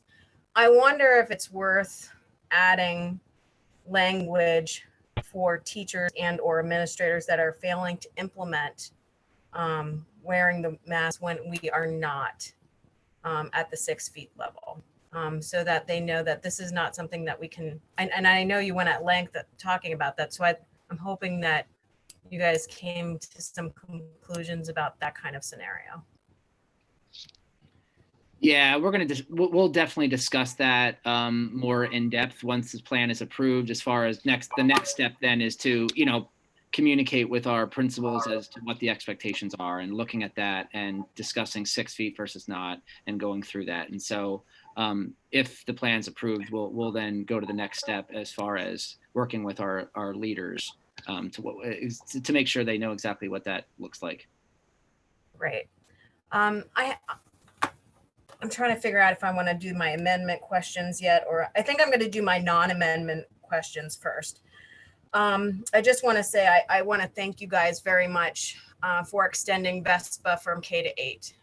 Before today, we only had VESPA from 9 to 12. So folks that are very concerned about having a consistent education that is not in the district, you have a cyber choice that will not bankrupt our district. And that is really key. We are all giving you some really incredible options here. And I want you to really consider that if you're thinking about putting your children in a cyber charter school, please remember we have an in-district that costs a fraction of what the cyber charters cost. Thank you so much for adding that K to 9. And I know Ms. Whitman was hoping to get that for just middle schools earlier in the year. So this is kind of exciting. I also want to thank you. I'm very interested in staff being divided between teachers teaching in remote and in person. I think that's going to be huge for teachers who are very concerned about the overbearing responsibilities of teaching both. So I think the more we can do that, the best for educators. I'm going to done talking about my non amendments. So my question with the positivity rating, I understand that I just want some clarity. So we have on the bottom of page 3, we have multiple reasons why we would close a school, and it's due to these numbers. Are those things on it, just on those things alone, or a combination of those things? Because if it's a combination of those things, I don't see a problem with adding a 5% positivity, but maybe you can explain that to me a little bit better. Excuse me, it's a 3%. The question being debated is with a 3%. Okay, well, we might have had an amendment to an amendment, so I'm not totally sure that it did happen. Okay, so the 3%. We're talking about the 3%, yes. Okay, sorry. So if you're asking me to respond, I'm happy to respond to that. I actually am not clear myself. I'm reading the amendment in the chat, and it said the superintendent shall. And so to me, it does not read. That would be one of the added to one of the lists as essentially another factor considered, which would be something that would be, I think, welcomed. But if it's standalone, that puts us in a serious predicament, which I had already explained, but I'm not sure myself. That's my reading of the amendment also, that there's no considering other factors. If you trigger this, that's the end. Yeah, so that's a significant concern for me. No, and I understand that. I get why for a multitude of reasons, but I certainly think it's a reasonable measure to consider with a multiple range of other measures. This is something that the state health department has right on our daily tickers on the dashboard is our positivity rating, and it's something that we all look at. We know that it's fallible though, and I don't think it should be something that should be held all to one standard. But I guess I'm going to make the amendment to the amendment, and I might need a little help with making the amendment to the amendment if you guys don't mind, to add that as to add the 3% is it PCR or just positivity rating to a criteria to one of the criterias to evaluate the closure of school or turn to it to be remote. I wish I had really good language. Maybe anybody want to come to my rescue on that language? You could make it number 6. There's 5 criteria right now, so it could be the 6 criteria of the list. And if you make it vague so that the PCR rating will be considered, but you wouldn't have a actual percent in front of it. We don't need the percentage, but it should be considered. It should be part of the criteria. So the motion for amendment is to add a 6th criteria, or to include in some way to include the PCR with no percentage in the matrix of conditions that the team will evaluate in deciding whether or not to close schools. Is that, Ms. Winch, is that your request? That sounds beautiful. Thank you. Do we have a second? I might as well second that one too, Elisa Bauman. Okay. So the motion on the table now is the original motion with including PCR in the list of the matrix for evaluating whether to close schools, and for including Dr. Munson's language for regarding clubs. So please continue, Lynch. Dr. Bacher, point of order. I thought in the past, when we've had amendments to motions, we had asked whether that was okay by the people that had agreed to the motion and who had seconded it before we went to discussion and all that. If it's Is that not the case? being offered as a friendly amendment, we would do that. Okay, so this is not that then? It wasn't discussed as that. Okay. I don't know if Dr. Munson would consider that as a friendly amendment. Well, no, I mean, I think it changes the substance of of it. So I'm happy to debate it. I'm trying to keep track of where we are. Clearly, we need to figure that. Yeah. So I will, before we vote, I will reiterate with our solicitor's guidance on what we're actually voting on before we cast a vote. So on the table is the amended motion with PCR included as just one of the criteria, and with clubs, the club language Dr. Munson proposed. So Ms. Winch, you can continue if you have additional comments. I think I'm going to stop because I don't want to make it more confusing, quite frankly. I think I'm going to stop. Thank you. Dr. Levinson? Thank you, Dr. Bacher. I guess I'd first like to start by thanking the efforts of the task force, the administration, and members of the community, our teachers and staff and whatnot for the very difficult job they've had to put together a health and safety plan for us to consider and to implement for the district. It's my opinion that we've done a substantial amount of work to get where we are in order to create this plan using the best info possible amongst a large number of constraints that need to be applied in order to come up with something that's viable. And as we've said in the past, something to get us to the least bad solution to a very difficult problem. One thing I'd like to take note is that, what we are considering amongst the various points in our health and safety plan is that there are a number of common elements that I've read and surmised by looking at, other plans that have been put forth by other districts. And so, it is encouraging in a way when you're approaching a difficult problem that you can see, other districts who have, solid leadership, gravitating towards something that they also feel that it's going to be workable for their population. And so as is so often with the case, amongst my fellow members of the board, is that there's a large number of questions that have been asked in the past in prior meetings, certainly in this meeting, and also in any prior interactions that I've had with members of the administration and staff. So I don't have a large set of questions or comments to make at this point, but I guess I'd first like to offer some thoughts on the proposed amendments that have come forward thus far.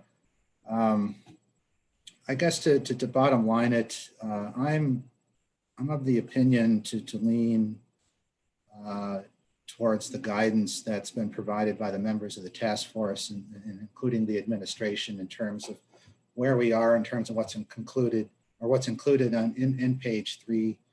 When I first heard the suggestion to include a hard metric of 3% for using the PCR number, I was a bit distressed on that, because as Mr. Smith pointed out, today's number for Lehigh County is already 3.1%, which would effectively disqualify being able to move forward with the hybrid model at all. I do have to ask whether PCR in and of itself is the right metric, quantitative metric to use in this case.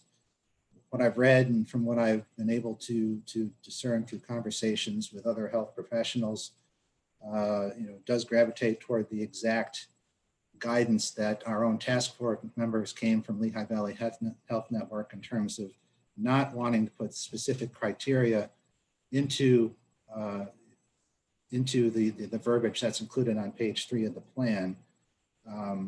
Right now, I think what we have is much stronger than what we had even 2 weeks ago, but yet provides tremendous flexibility by which our administration can decide and determine what path forward that they want.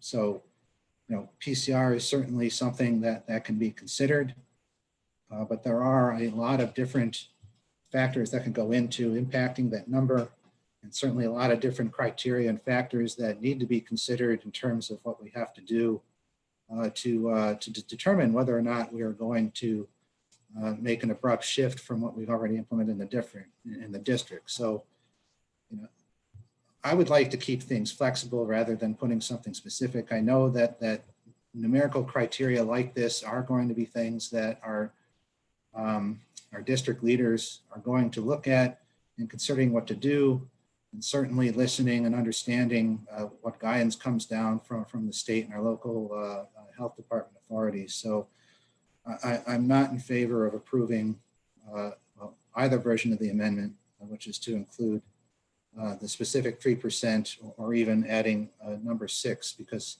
you know, I already think PCR is something that would go into the decision anyway. I don't see a reason to make it explicit, and there are a number of other numerical criteria that I think have to go into the decision outside of PCR. So, you know, again, I'd rather not have something specifically included in that regard. As far as the other amendment, you know, I think, you know, again, I agree wholeheartedly with Dr. Munson that you know, extracurricular activities are important, and we need to give that importance. But I also agree with what Mr. Paulides mentioned, that you know, this was not a reflection of it not being important, but rather a means to doing a better job for you know, ensuring that we minimize risk, at least initially. Yeah, so I personally don't see a problem with starting things virtually for the first several weeks of the school year. You know, largely because I think that, you know, if we determine that things can and will work, I think there is every intention of allowing things to return to school property and school grounds and to make that work. So again, you know, the whole idea of this health and safety plan is to be cautious, at least initially, see where we're at, and then making adjustments within the framework of the plan as best as we can.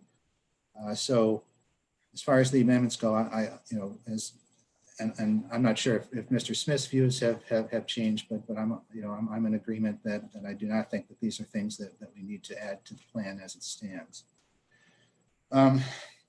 So as I mentioned, that there are a number of questions that have been addressed, and so I'm very thankful for the amount of information that's already been presented. So, you know, my question or comment, if you will, goes beyond what we're doing with the health and safety plan itself, but what we're going to do once the health and safety plan is approved. Obviously, you know, there's going to be a fair amount of work to do after this plan is approved to get the word out to the EPSD community on the details of our district-based hybrid and remote plans. You know, again, the strength of both plans is that we're using East Penn faculty, teachers, staff, and resources to do the student, or to help our students and meet educational goals. So obviously that should and is the best option for every student that is in our district. Or should be thought of as the best option for members of our district. So you know, we got a preview of the website that's going to provide a large amount of information to our district community. I think it will cover many of the questions that have come up from the members of our community who addressed the board. And again, I thank them for their involvement, for helping to guide conversation and thinking throughout this whole process. But I do think, you know, beyond just the website itself, I am interested in knowing what the district is going to do to support questions that come up as they pore over this information on the website and try to direct it to their specific cases. What is the administration going to be doing to enhance the communication of information and resources beyond the website?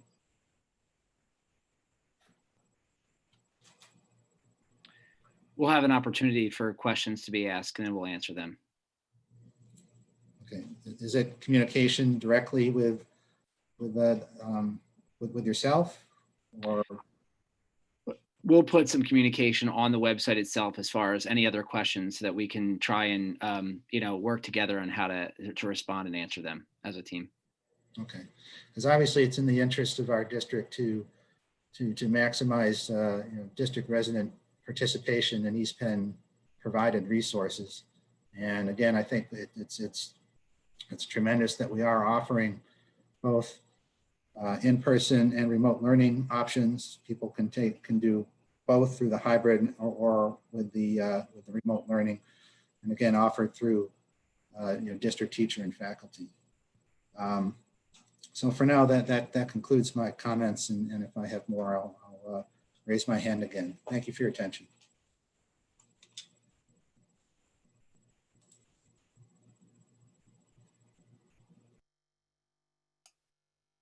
Was I not unmuted? Thank you, Dr. Levinson. Ms. Bowman, I think you're muted. Yes, thank you. You were on mute. We didn't know who you called on, or at least I didn't, but thank you. I just want to first thank everybody who worked on the health and safety plan. It was really beautiful to see how many suggestions were thoughtfully considered and how much the plan changed in just the past couple weeks. I do have just a couple questions for clarification, and forgive me if you, during the long meeting, if you've already answered this. I just don't think I know the answer to this question. At one point, we had the middle and high school having Wednesday off, but I think they were going to school for a full day, and it changed to alternating on the Wednesday and then ending school at 1:15. And I was just curious of the reasoning behind the change. Busing was an issue, which impacted runs, conflicting runs, and students being home for younger siblings, and just having time every single day for remote learning was critical. So all those three of those factors. Okay. And the having an extra hour a day, so they get out, I think, an hour earlier, is that right, at 1:15? And is that so they have an extra hour to do remote learning?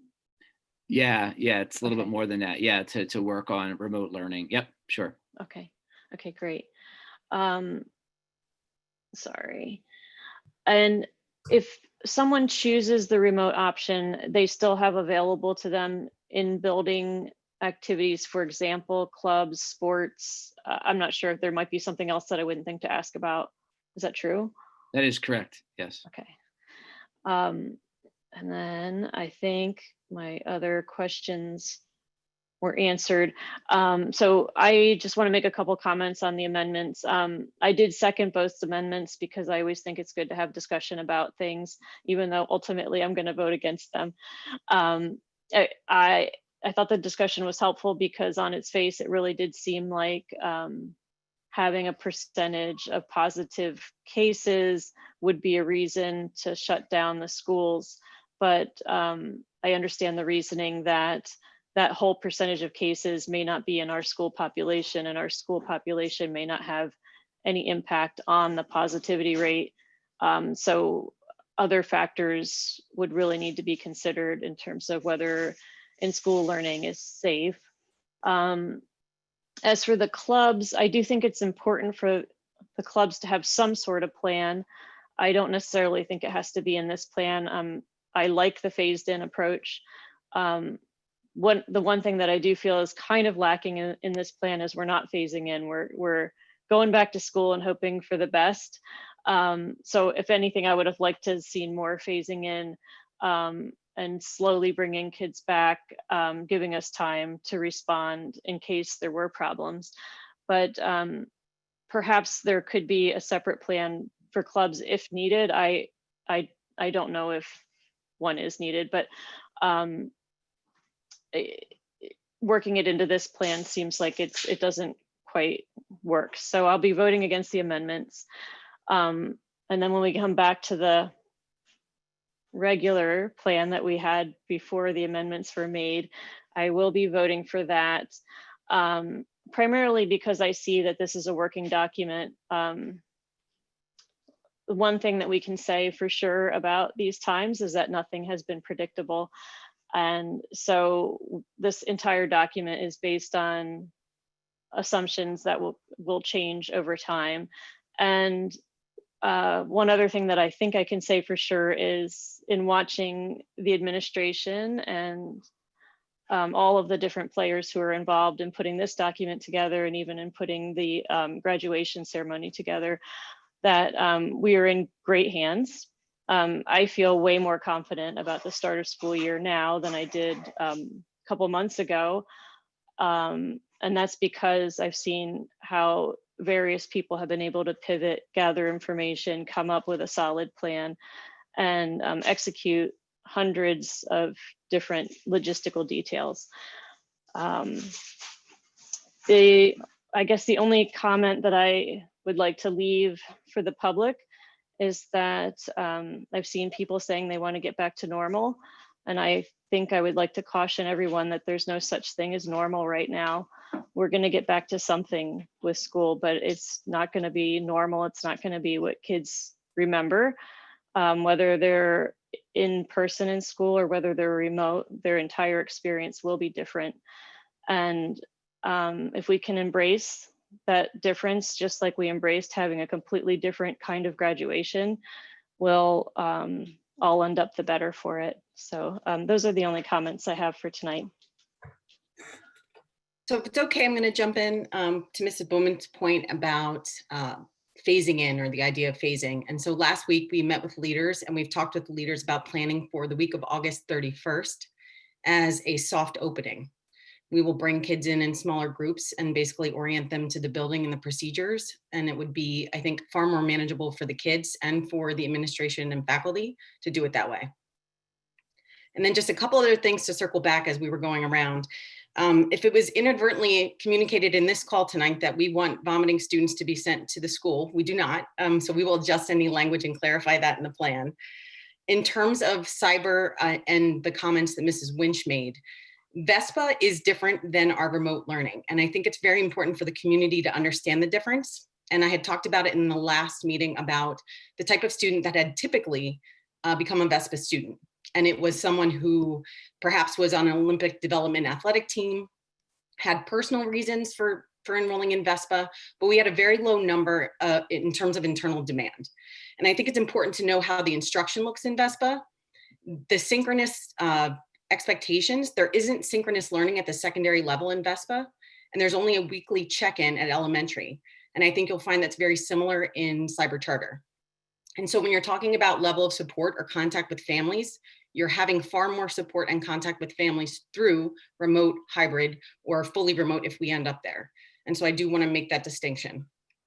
And then lastly, at the bottom of the website, there's an FAQ submission area, which you can pick your topic and tell us what your question is, and we will keep compiling that as we move forward. So I just thought I'd cover all those at one time. Thank you so much. Thank you also. Moving forward, Mr. Champagne. Yes, thank you, Dr. Bacher. I'd like to echo the comments that my fellow board members have made regarding the work that has been done between the last board meeting and this board meeting on the plan, taking into account comments not only from the board, from the public and the faculty. I think the plan is greatly improved and is really a good starting place. And it really is a living document. As I learned in our discussions at LCTI, as we approved that plan, we recognized that the document will change. The circumstances under which we approved the document at the time have already changed. So I think keeping that in mind as we move forward through this period of time is very important. I also would like to add a couple of things that were made regarding the amendments. I had a chance this week to speak with a friend of mine who is a ER and ICU physician who runs actually a 4-hospital system in Virginia. And I also spoke with him today about the PCR. And he echoed what Mr. Povolitis had said about it is a factor that should be accounted for in the decision process, but not to specifically call it out. And his reasoning is you're always chasing your tail. And that is the process by which we are looking at decisions around whether we go remote, whether we maybe have the opportunity. It would be a great thing if it go fully in person. The factors that were in the that are in the plan, I discussed with him, and he thought that that was a very solid basis for making decisions. So I, at this point in time, cannot support the amendment as proposed by Dr. Munson or amended again by Ms. Winch. I think we have the criteria, we have the experts, and I feel very confident that the experts who are advising us will take into account these metrics and look at them and really give us the opportunity to make the best decision we can at the time we are faced with maybe pivoting or moving off what we currently have. A couple of other things that were brought up to me in those discussions that I think are something that we need to really take and think about as we get going forward. He is seeing a tremendous amount of mental health and burnout issues through his staff. The constant drumbeat of COVID has just worn down his people, and he is seeing this even in a situation that has fewer cases than we are experiencing in the Lehigh Valley. So as we think about going forward, we think about how we're going to handle the constant drumbeat of information, the constant changes. I think we really need to be cognizant of how we're going to support not only our students in a mental health capacity, but our teachers and our faculty.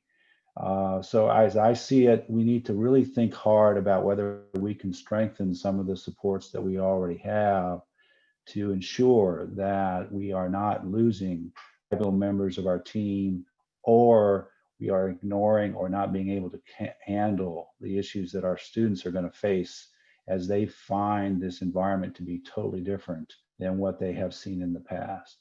So what I would encourage the administration to work with, our task force and to really look at, can we do more than we already are in looking to support mental health in the district? I know that may mean more dollars to have to spend, but I think in the long run, if we don't address the issues, we're going to find that we are going to face burnout. We are going to face fatigue in our staff. And it will be a very difficult thing to deal with if we start losing people because of those issues. And finally, I think another point that was raised is that we are going to see cases and we are going to see issues that arise from these cases in our students and our faculty. And he made the point that if we are not on top of the messaging and we are not prepared to deal with maybe some very uncomfortable messages, we are also going to find ourselves in a very difficult situation. So I would encourage the administration to really look at preparing our community for difficult messages, and we should not be reactive to those kinds of circumstances that we may find ourselves in. And so his point is that if we don't look at that now, we are going to be in a very uncomfortable position in the future. And we don't want to, he does not want to see us in that position, because he lived in the Lehigh Valley for many, many years, a physician at the Lehigh Health Network. So he knows this district and he knows what is important to ensure that we are prepared for inevitable issues that we are going to face. I do have a couple of questions about, more in the weeds maybe. One thing that I'm very interested in is how at the high school and the middle school, and maybe even the elementary school, science lab classes are going to be held. I found it very interesting in listening to a conversation that my daughter had regarding Lafayette's program. They've all gone remote. They're actually sending out lab kits to students. And I was wondering, we are considering that? How are we going to handle science labs at the high school and the middle school, especially for those kids that are in remote learning? Are they going to be having the same experience as those kids in the hybrid situation if they're not able to do the physical lab work? I've experienced in the spring when my was in a remote setting, the labs just aren't the same when you're doing it remotely. So I was wondering if Ms. Finn or Mr. Povolitis could comment on that. And speak to the remote learners in that we are planning to facilitate virtual labs when possible.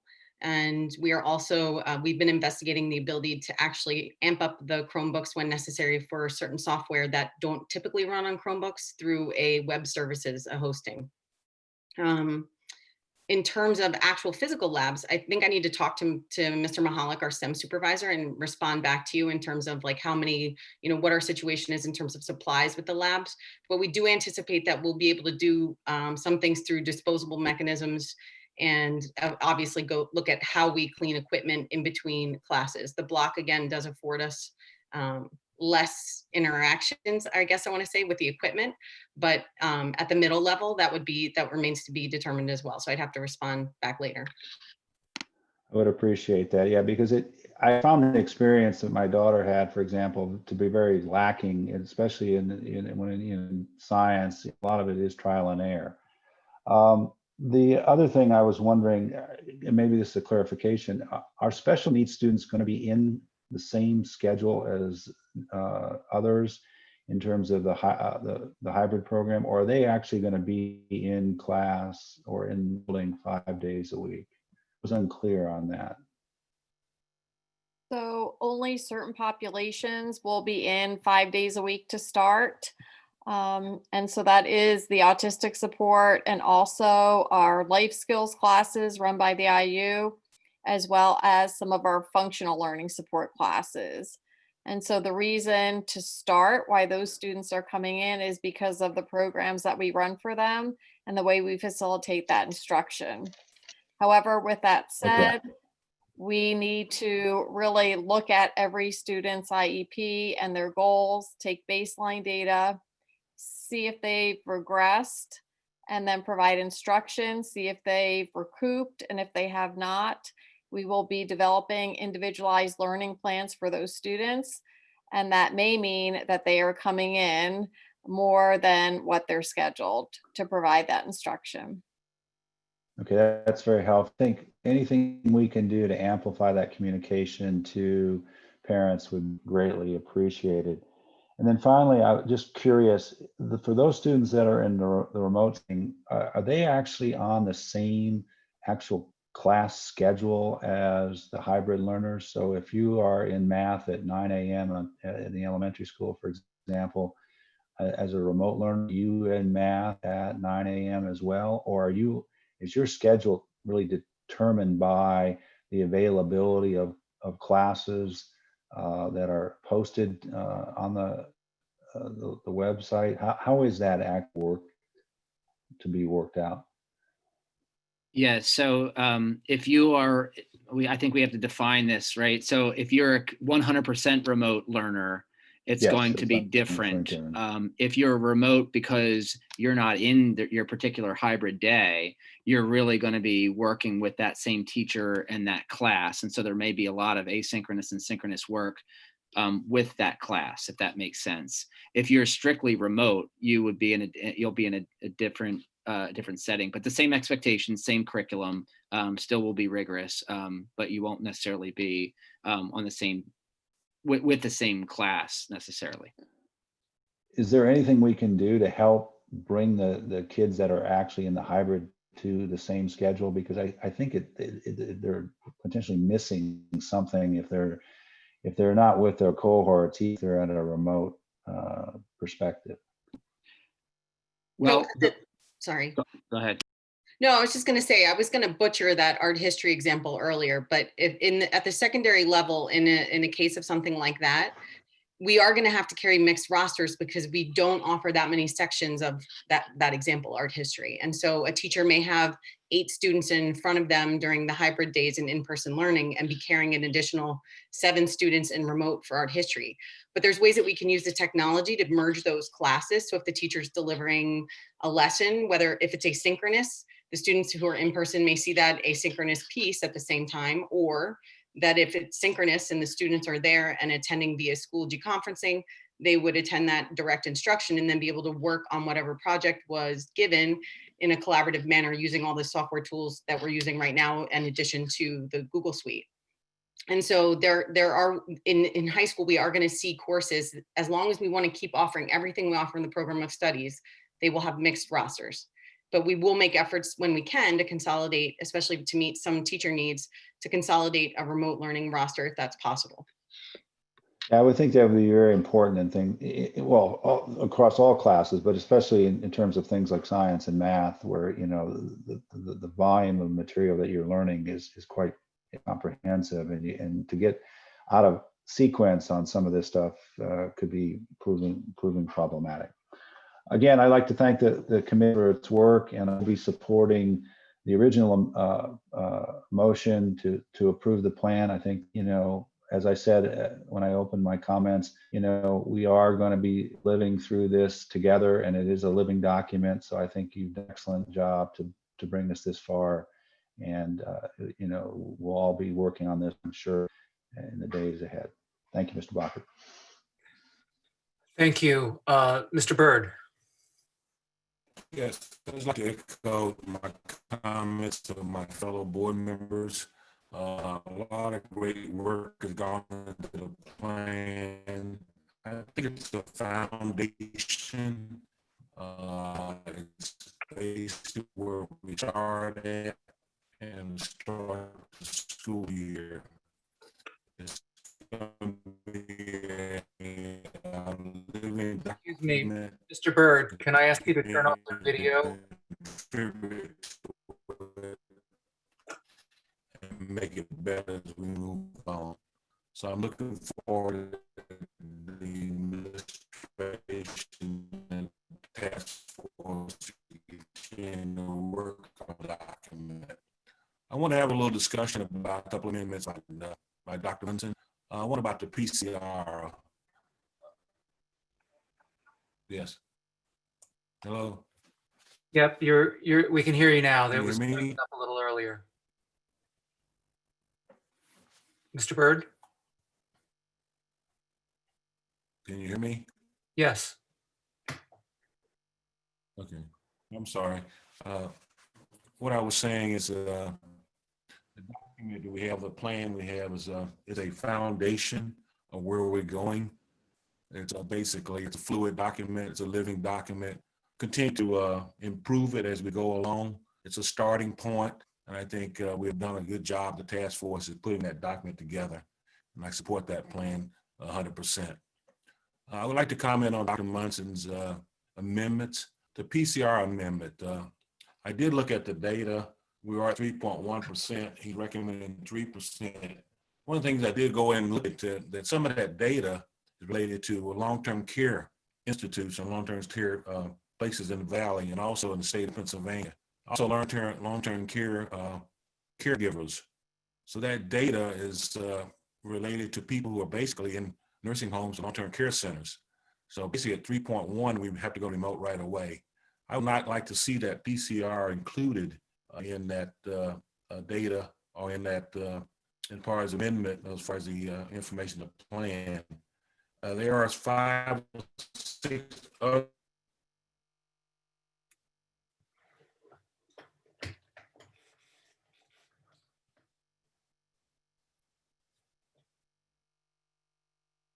I think we lost Mr. Byrd again. Is the audio again? I think at this point, I will support the current plan as it is and be voting on it tonight. That's all I have. Thank you. I think you started breaking up when you were talking about the five conditions for making decisions on school opening in the current plan. There are 5 things on the Pennsylvania dashboard, information or data that's being looked at, I guess, by medical officials and health officials. And the PCR are just one of those components. So I think if we zero on that one component, we probably will have our decision making will be not as fluid as it would be if we consider all of those. And I think that's what the plan says, that we're looking at the overall things that are on the monitoring, things that are on the dashboard, warning systems, not just the PCR. So I would recommend that we not put the PCR into the plan, and I would not be voting on that amendment, approving it. And that's all I have. Thank you, Mr. Byrd. Before we go for a second round, I'll make just a few comments. I would just like to agree for the reasons Mr. Povolitis and others have mentioned. I'm not in favor of the amendment, the original amendment or the new amendment to include PCR specifically, but to use the five, I like the five conditions in the original plan. As far as the club, the amendment for clubs, my original thought when I read the plan was that this was an effort to sort of bring things on gradually as we were doing with other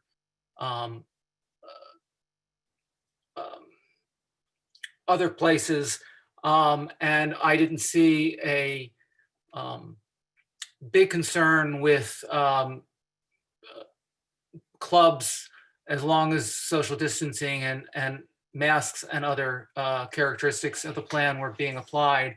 I had not considered cases where transportation is involved. So I've changed back to I will not vote for the amendment there either. I would encourage the administration. There's no timeline in the plan for when clubs will be reconsidered, but as others have mentioned, taking a look at the clubs and when it's safe to, on perhaps even a club by club basis, to have clubs in person with the 6 feet distancing and mask wearing that's in the plan elsewhere. I would encourage that to those decisions to be made.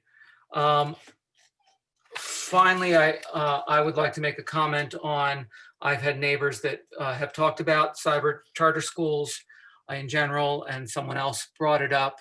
I think Ms. Winch talked about that. I think parents that are considering that option should consider, yes, they've been doing remote learning for a while. In my opinion, they've been doing it very poorly for quite a while. I know at one point, several of the major cyber charter schools were not even accredited.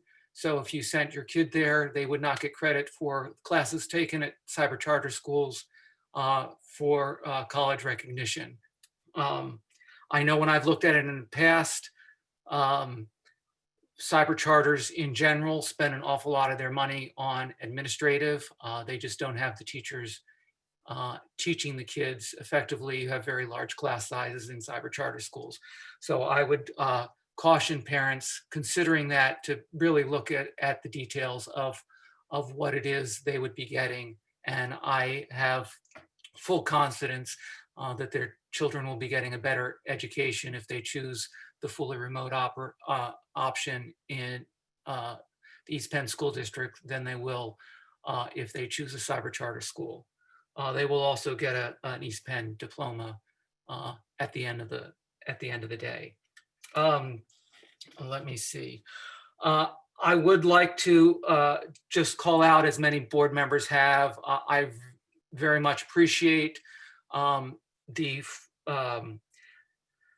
the committee's work on this. We've had multiple plans and multiple revisions of the plans. I appreciate all the work that goes into making fairly substantial changes to the plan. I think we have derived at something that is much better than where we started, as one might expect for a collaborative process such as this. I'd also like to commend my board members, my fellow board members, all their questioning. I know it's been brought up perhaps by people that don't like the final decision, that this is just a political process, but I don't see how someone could watch the interactions, the many hours of interactions through all the meetings on this plan and really believe that I have every confidence, even with board members that have disagreements, that everyone is doing what they consider is best for the district and our students and our staff. So I think with that, I will open it up for the second round. And I think Mr. Bird's hand is still up from previous. So Mr. Smith? Yeah, it's not often that I write comments for a statement, but this is going to mark 2 meetings in a row when I do that. So before I share my final thoughts tonight, I'd also like to start with a few thank yous.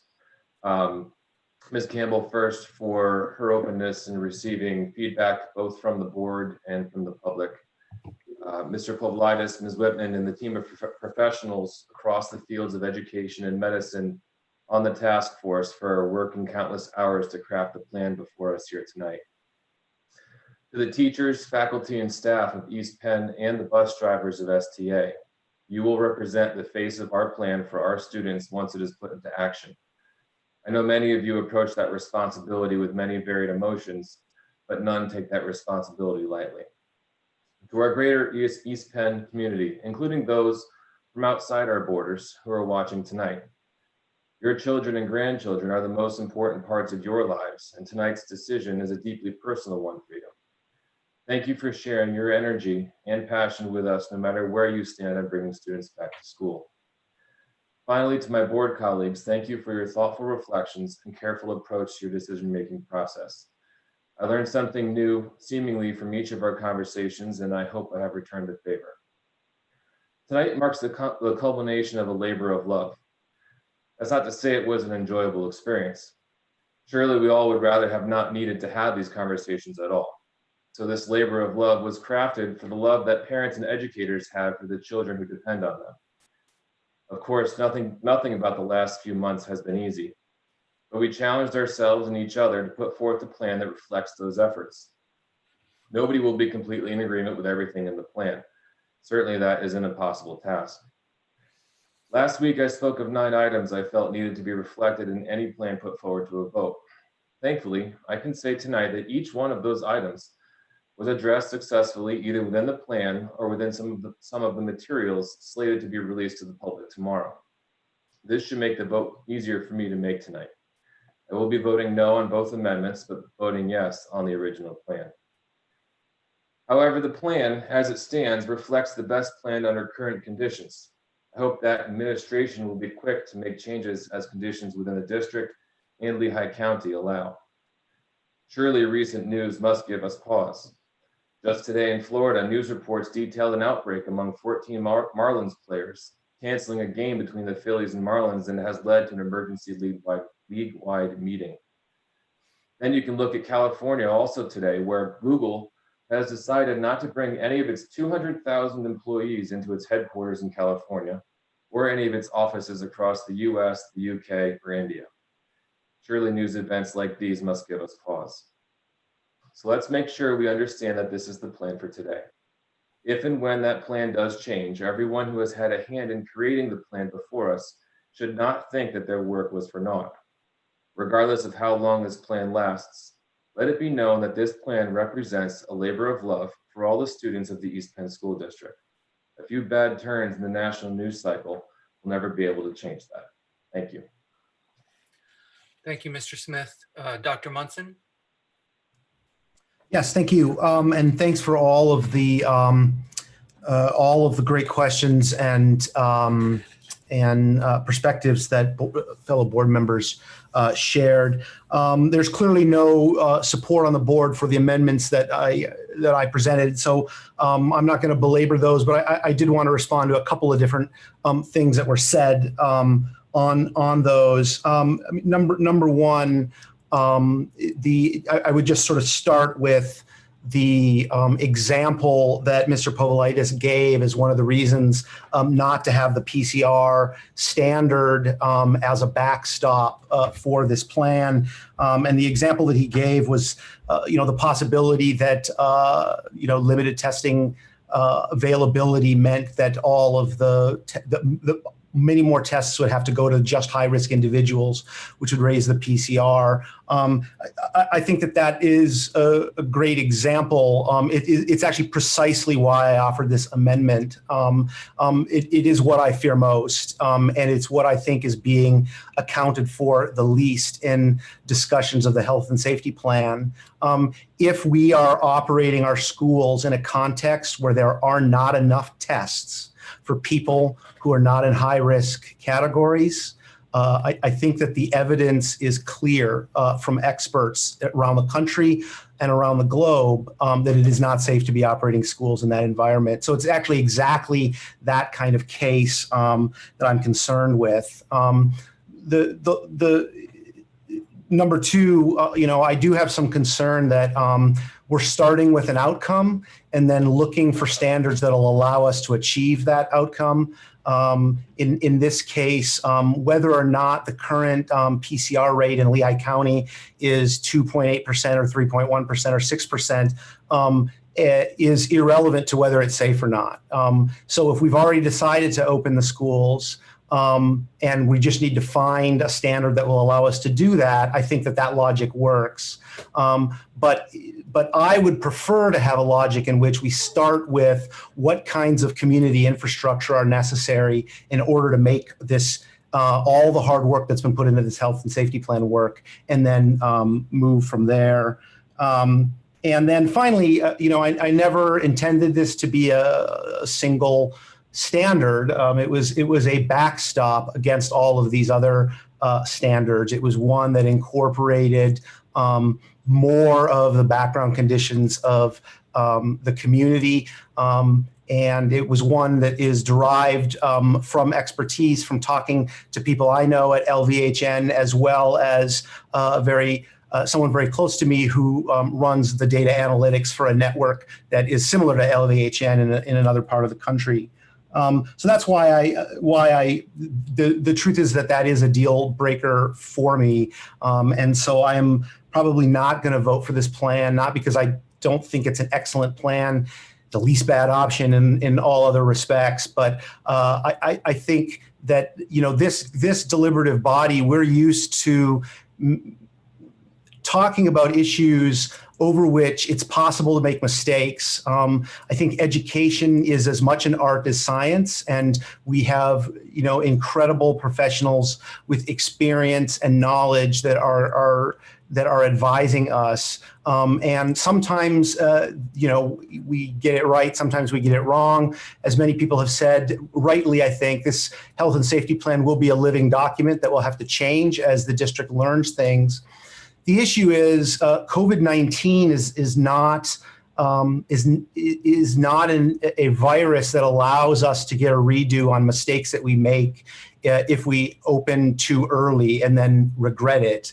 It's not that we change to a different pattern, right? I mean, people's lives are at stake, and I mean that in a much broader sense than just the fact that it can kill people, but it also can impact people's lives in a profound way. And so that's why that's such a major issue for me.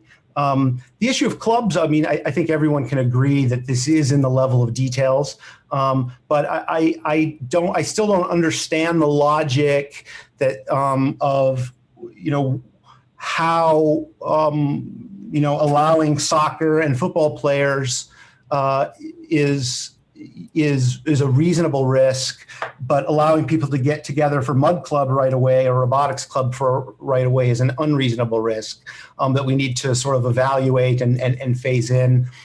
Transportation is not an issue I had thought of either. Of course, it's not an issue we ever discussed at all when it came to the athletics as well. I just think that we're sort of that piece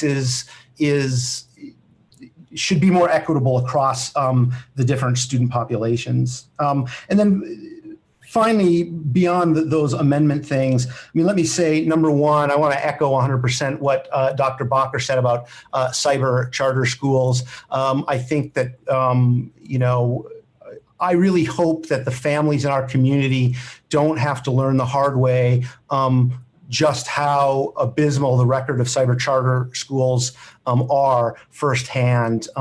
So I hope that we can communicate that to them effectively so they know what that track record is. I really appreciate what Mr. Champagne brought up about, you know, concern about long-term acute and long-term mental health issues that are going to be associated with everything we do in the upcoming year in ways that I don't think any of us sort of fully understand or have experience with. And third, the point that's been brought up by a number of people that I have really appreciated the collaborative approach to this. I do think that everyone is working their best to make this work. You know, I want to honor the thousands. I mean, I don't think it's a hyperbole to say that there are thousands of hours of really hard, careful work that's been put into this plan. You know, I'm going to be voting against it because at the end of the day, I don't think we're living in a world right now, or in a country right now, or in a community right now where we can make this plan safe, in my view, without some changes. But that in no way takes away from all of the hard work and a lot of the great things that are in this plan. And if it passes, I will do my best to make it successful. And we'll certainly hope that I'm wrong about the health and safety issues. So thank you. Thank you, Dr. Munson. Mr. Jankowski? Yes, thank you. First, I wanted to just, you know, for the record, you know, state that I would also vote against the amendments and in favor of the plan as originally presented. For all the reasons that my colleagues had stated tonight, I think, you know, the 5 criteria that have been inserted give us, you know, good rationale to use for making that decision. It scares me to, and I'm never in favor of putting an arbitrary number as a you know, required guidepost. I think that leads to you know, to potential for too many issues. So that's all I'll say on that. And then I did have a couple points I wanted to bring up. Unfortunately, I froze before I was able to make them. But Mr. Champagne raised one of my points in that, you know, the plan as it is intended to do focuses, you know, on the physical well-being of the students and teachers. But, you know, I read an article today that I thought was very well stated regarding the mental health and well-being of our students and teachers and the stress, you know, particularly the younger students coming into an environment that they're not familiar with. And I just hope that we have the support for both the students and the teachers who, you know, this will be added stressors to the teachers' days and something that they're not necessarily going, you know, been you know, educated to deal with. And you know, I do have concern for our teachers' well-beings and coming into this situation, and just, you know, the unknown and just the you know, being, you know, being scared of what potential impact. So that's really all I had left to say. But you know, and again, I reiterate, thank you everyone for your work, and I really think this board, you know, I'm honored to be a part of this board and the dialogue that we had. You know, it's to Mr. Smith's point, this is, you know, it hasn't been a fun experience, but this board, I think, has done a fantastic job with the differences of opinions and the commonality of opinions. So thank you all. Thank you, Mr. Jankowski. Ms. Winch? Hi, I just wanted, there's obviously no interest in my amendment to my amendment or my second amendment or whatever it's called. But I believe the correct parliamentary thing for me to do at this point is to ask permission for my amendment to be withdrawn. Am I correct, Mr. Fisher? You're on mute. You'd have to get the seconder, I would think, should agree to a friendly amendment to withdraw it. I agree. That's fine. Okay. That's, hold on just a second then, just so we're setting the table. That brings us back actually to Dr. Munson's amendment. That's what's now on the floor now. Yep. Okay, so that's debatable again, if you really want to. So Ms. Winch, continue if you have more comments.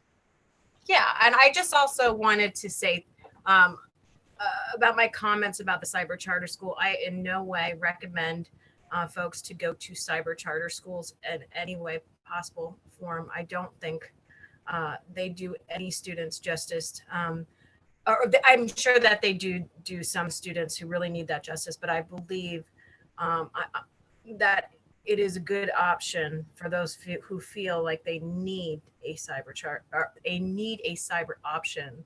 I'm glad that we can provide that for them. At the same token, I agree with my colleagues as well as the administration that the remote option is absolutely superior if you want to be remote or need to be remote. With that being said, I'm really proud to vote for this without any of the, but not the amendment. And I'm eager to work on the next challenge that we will face together. And thank you all so much for all your hard work.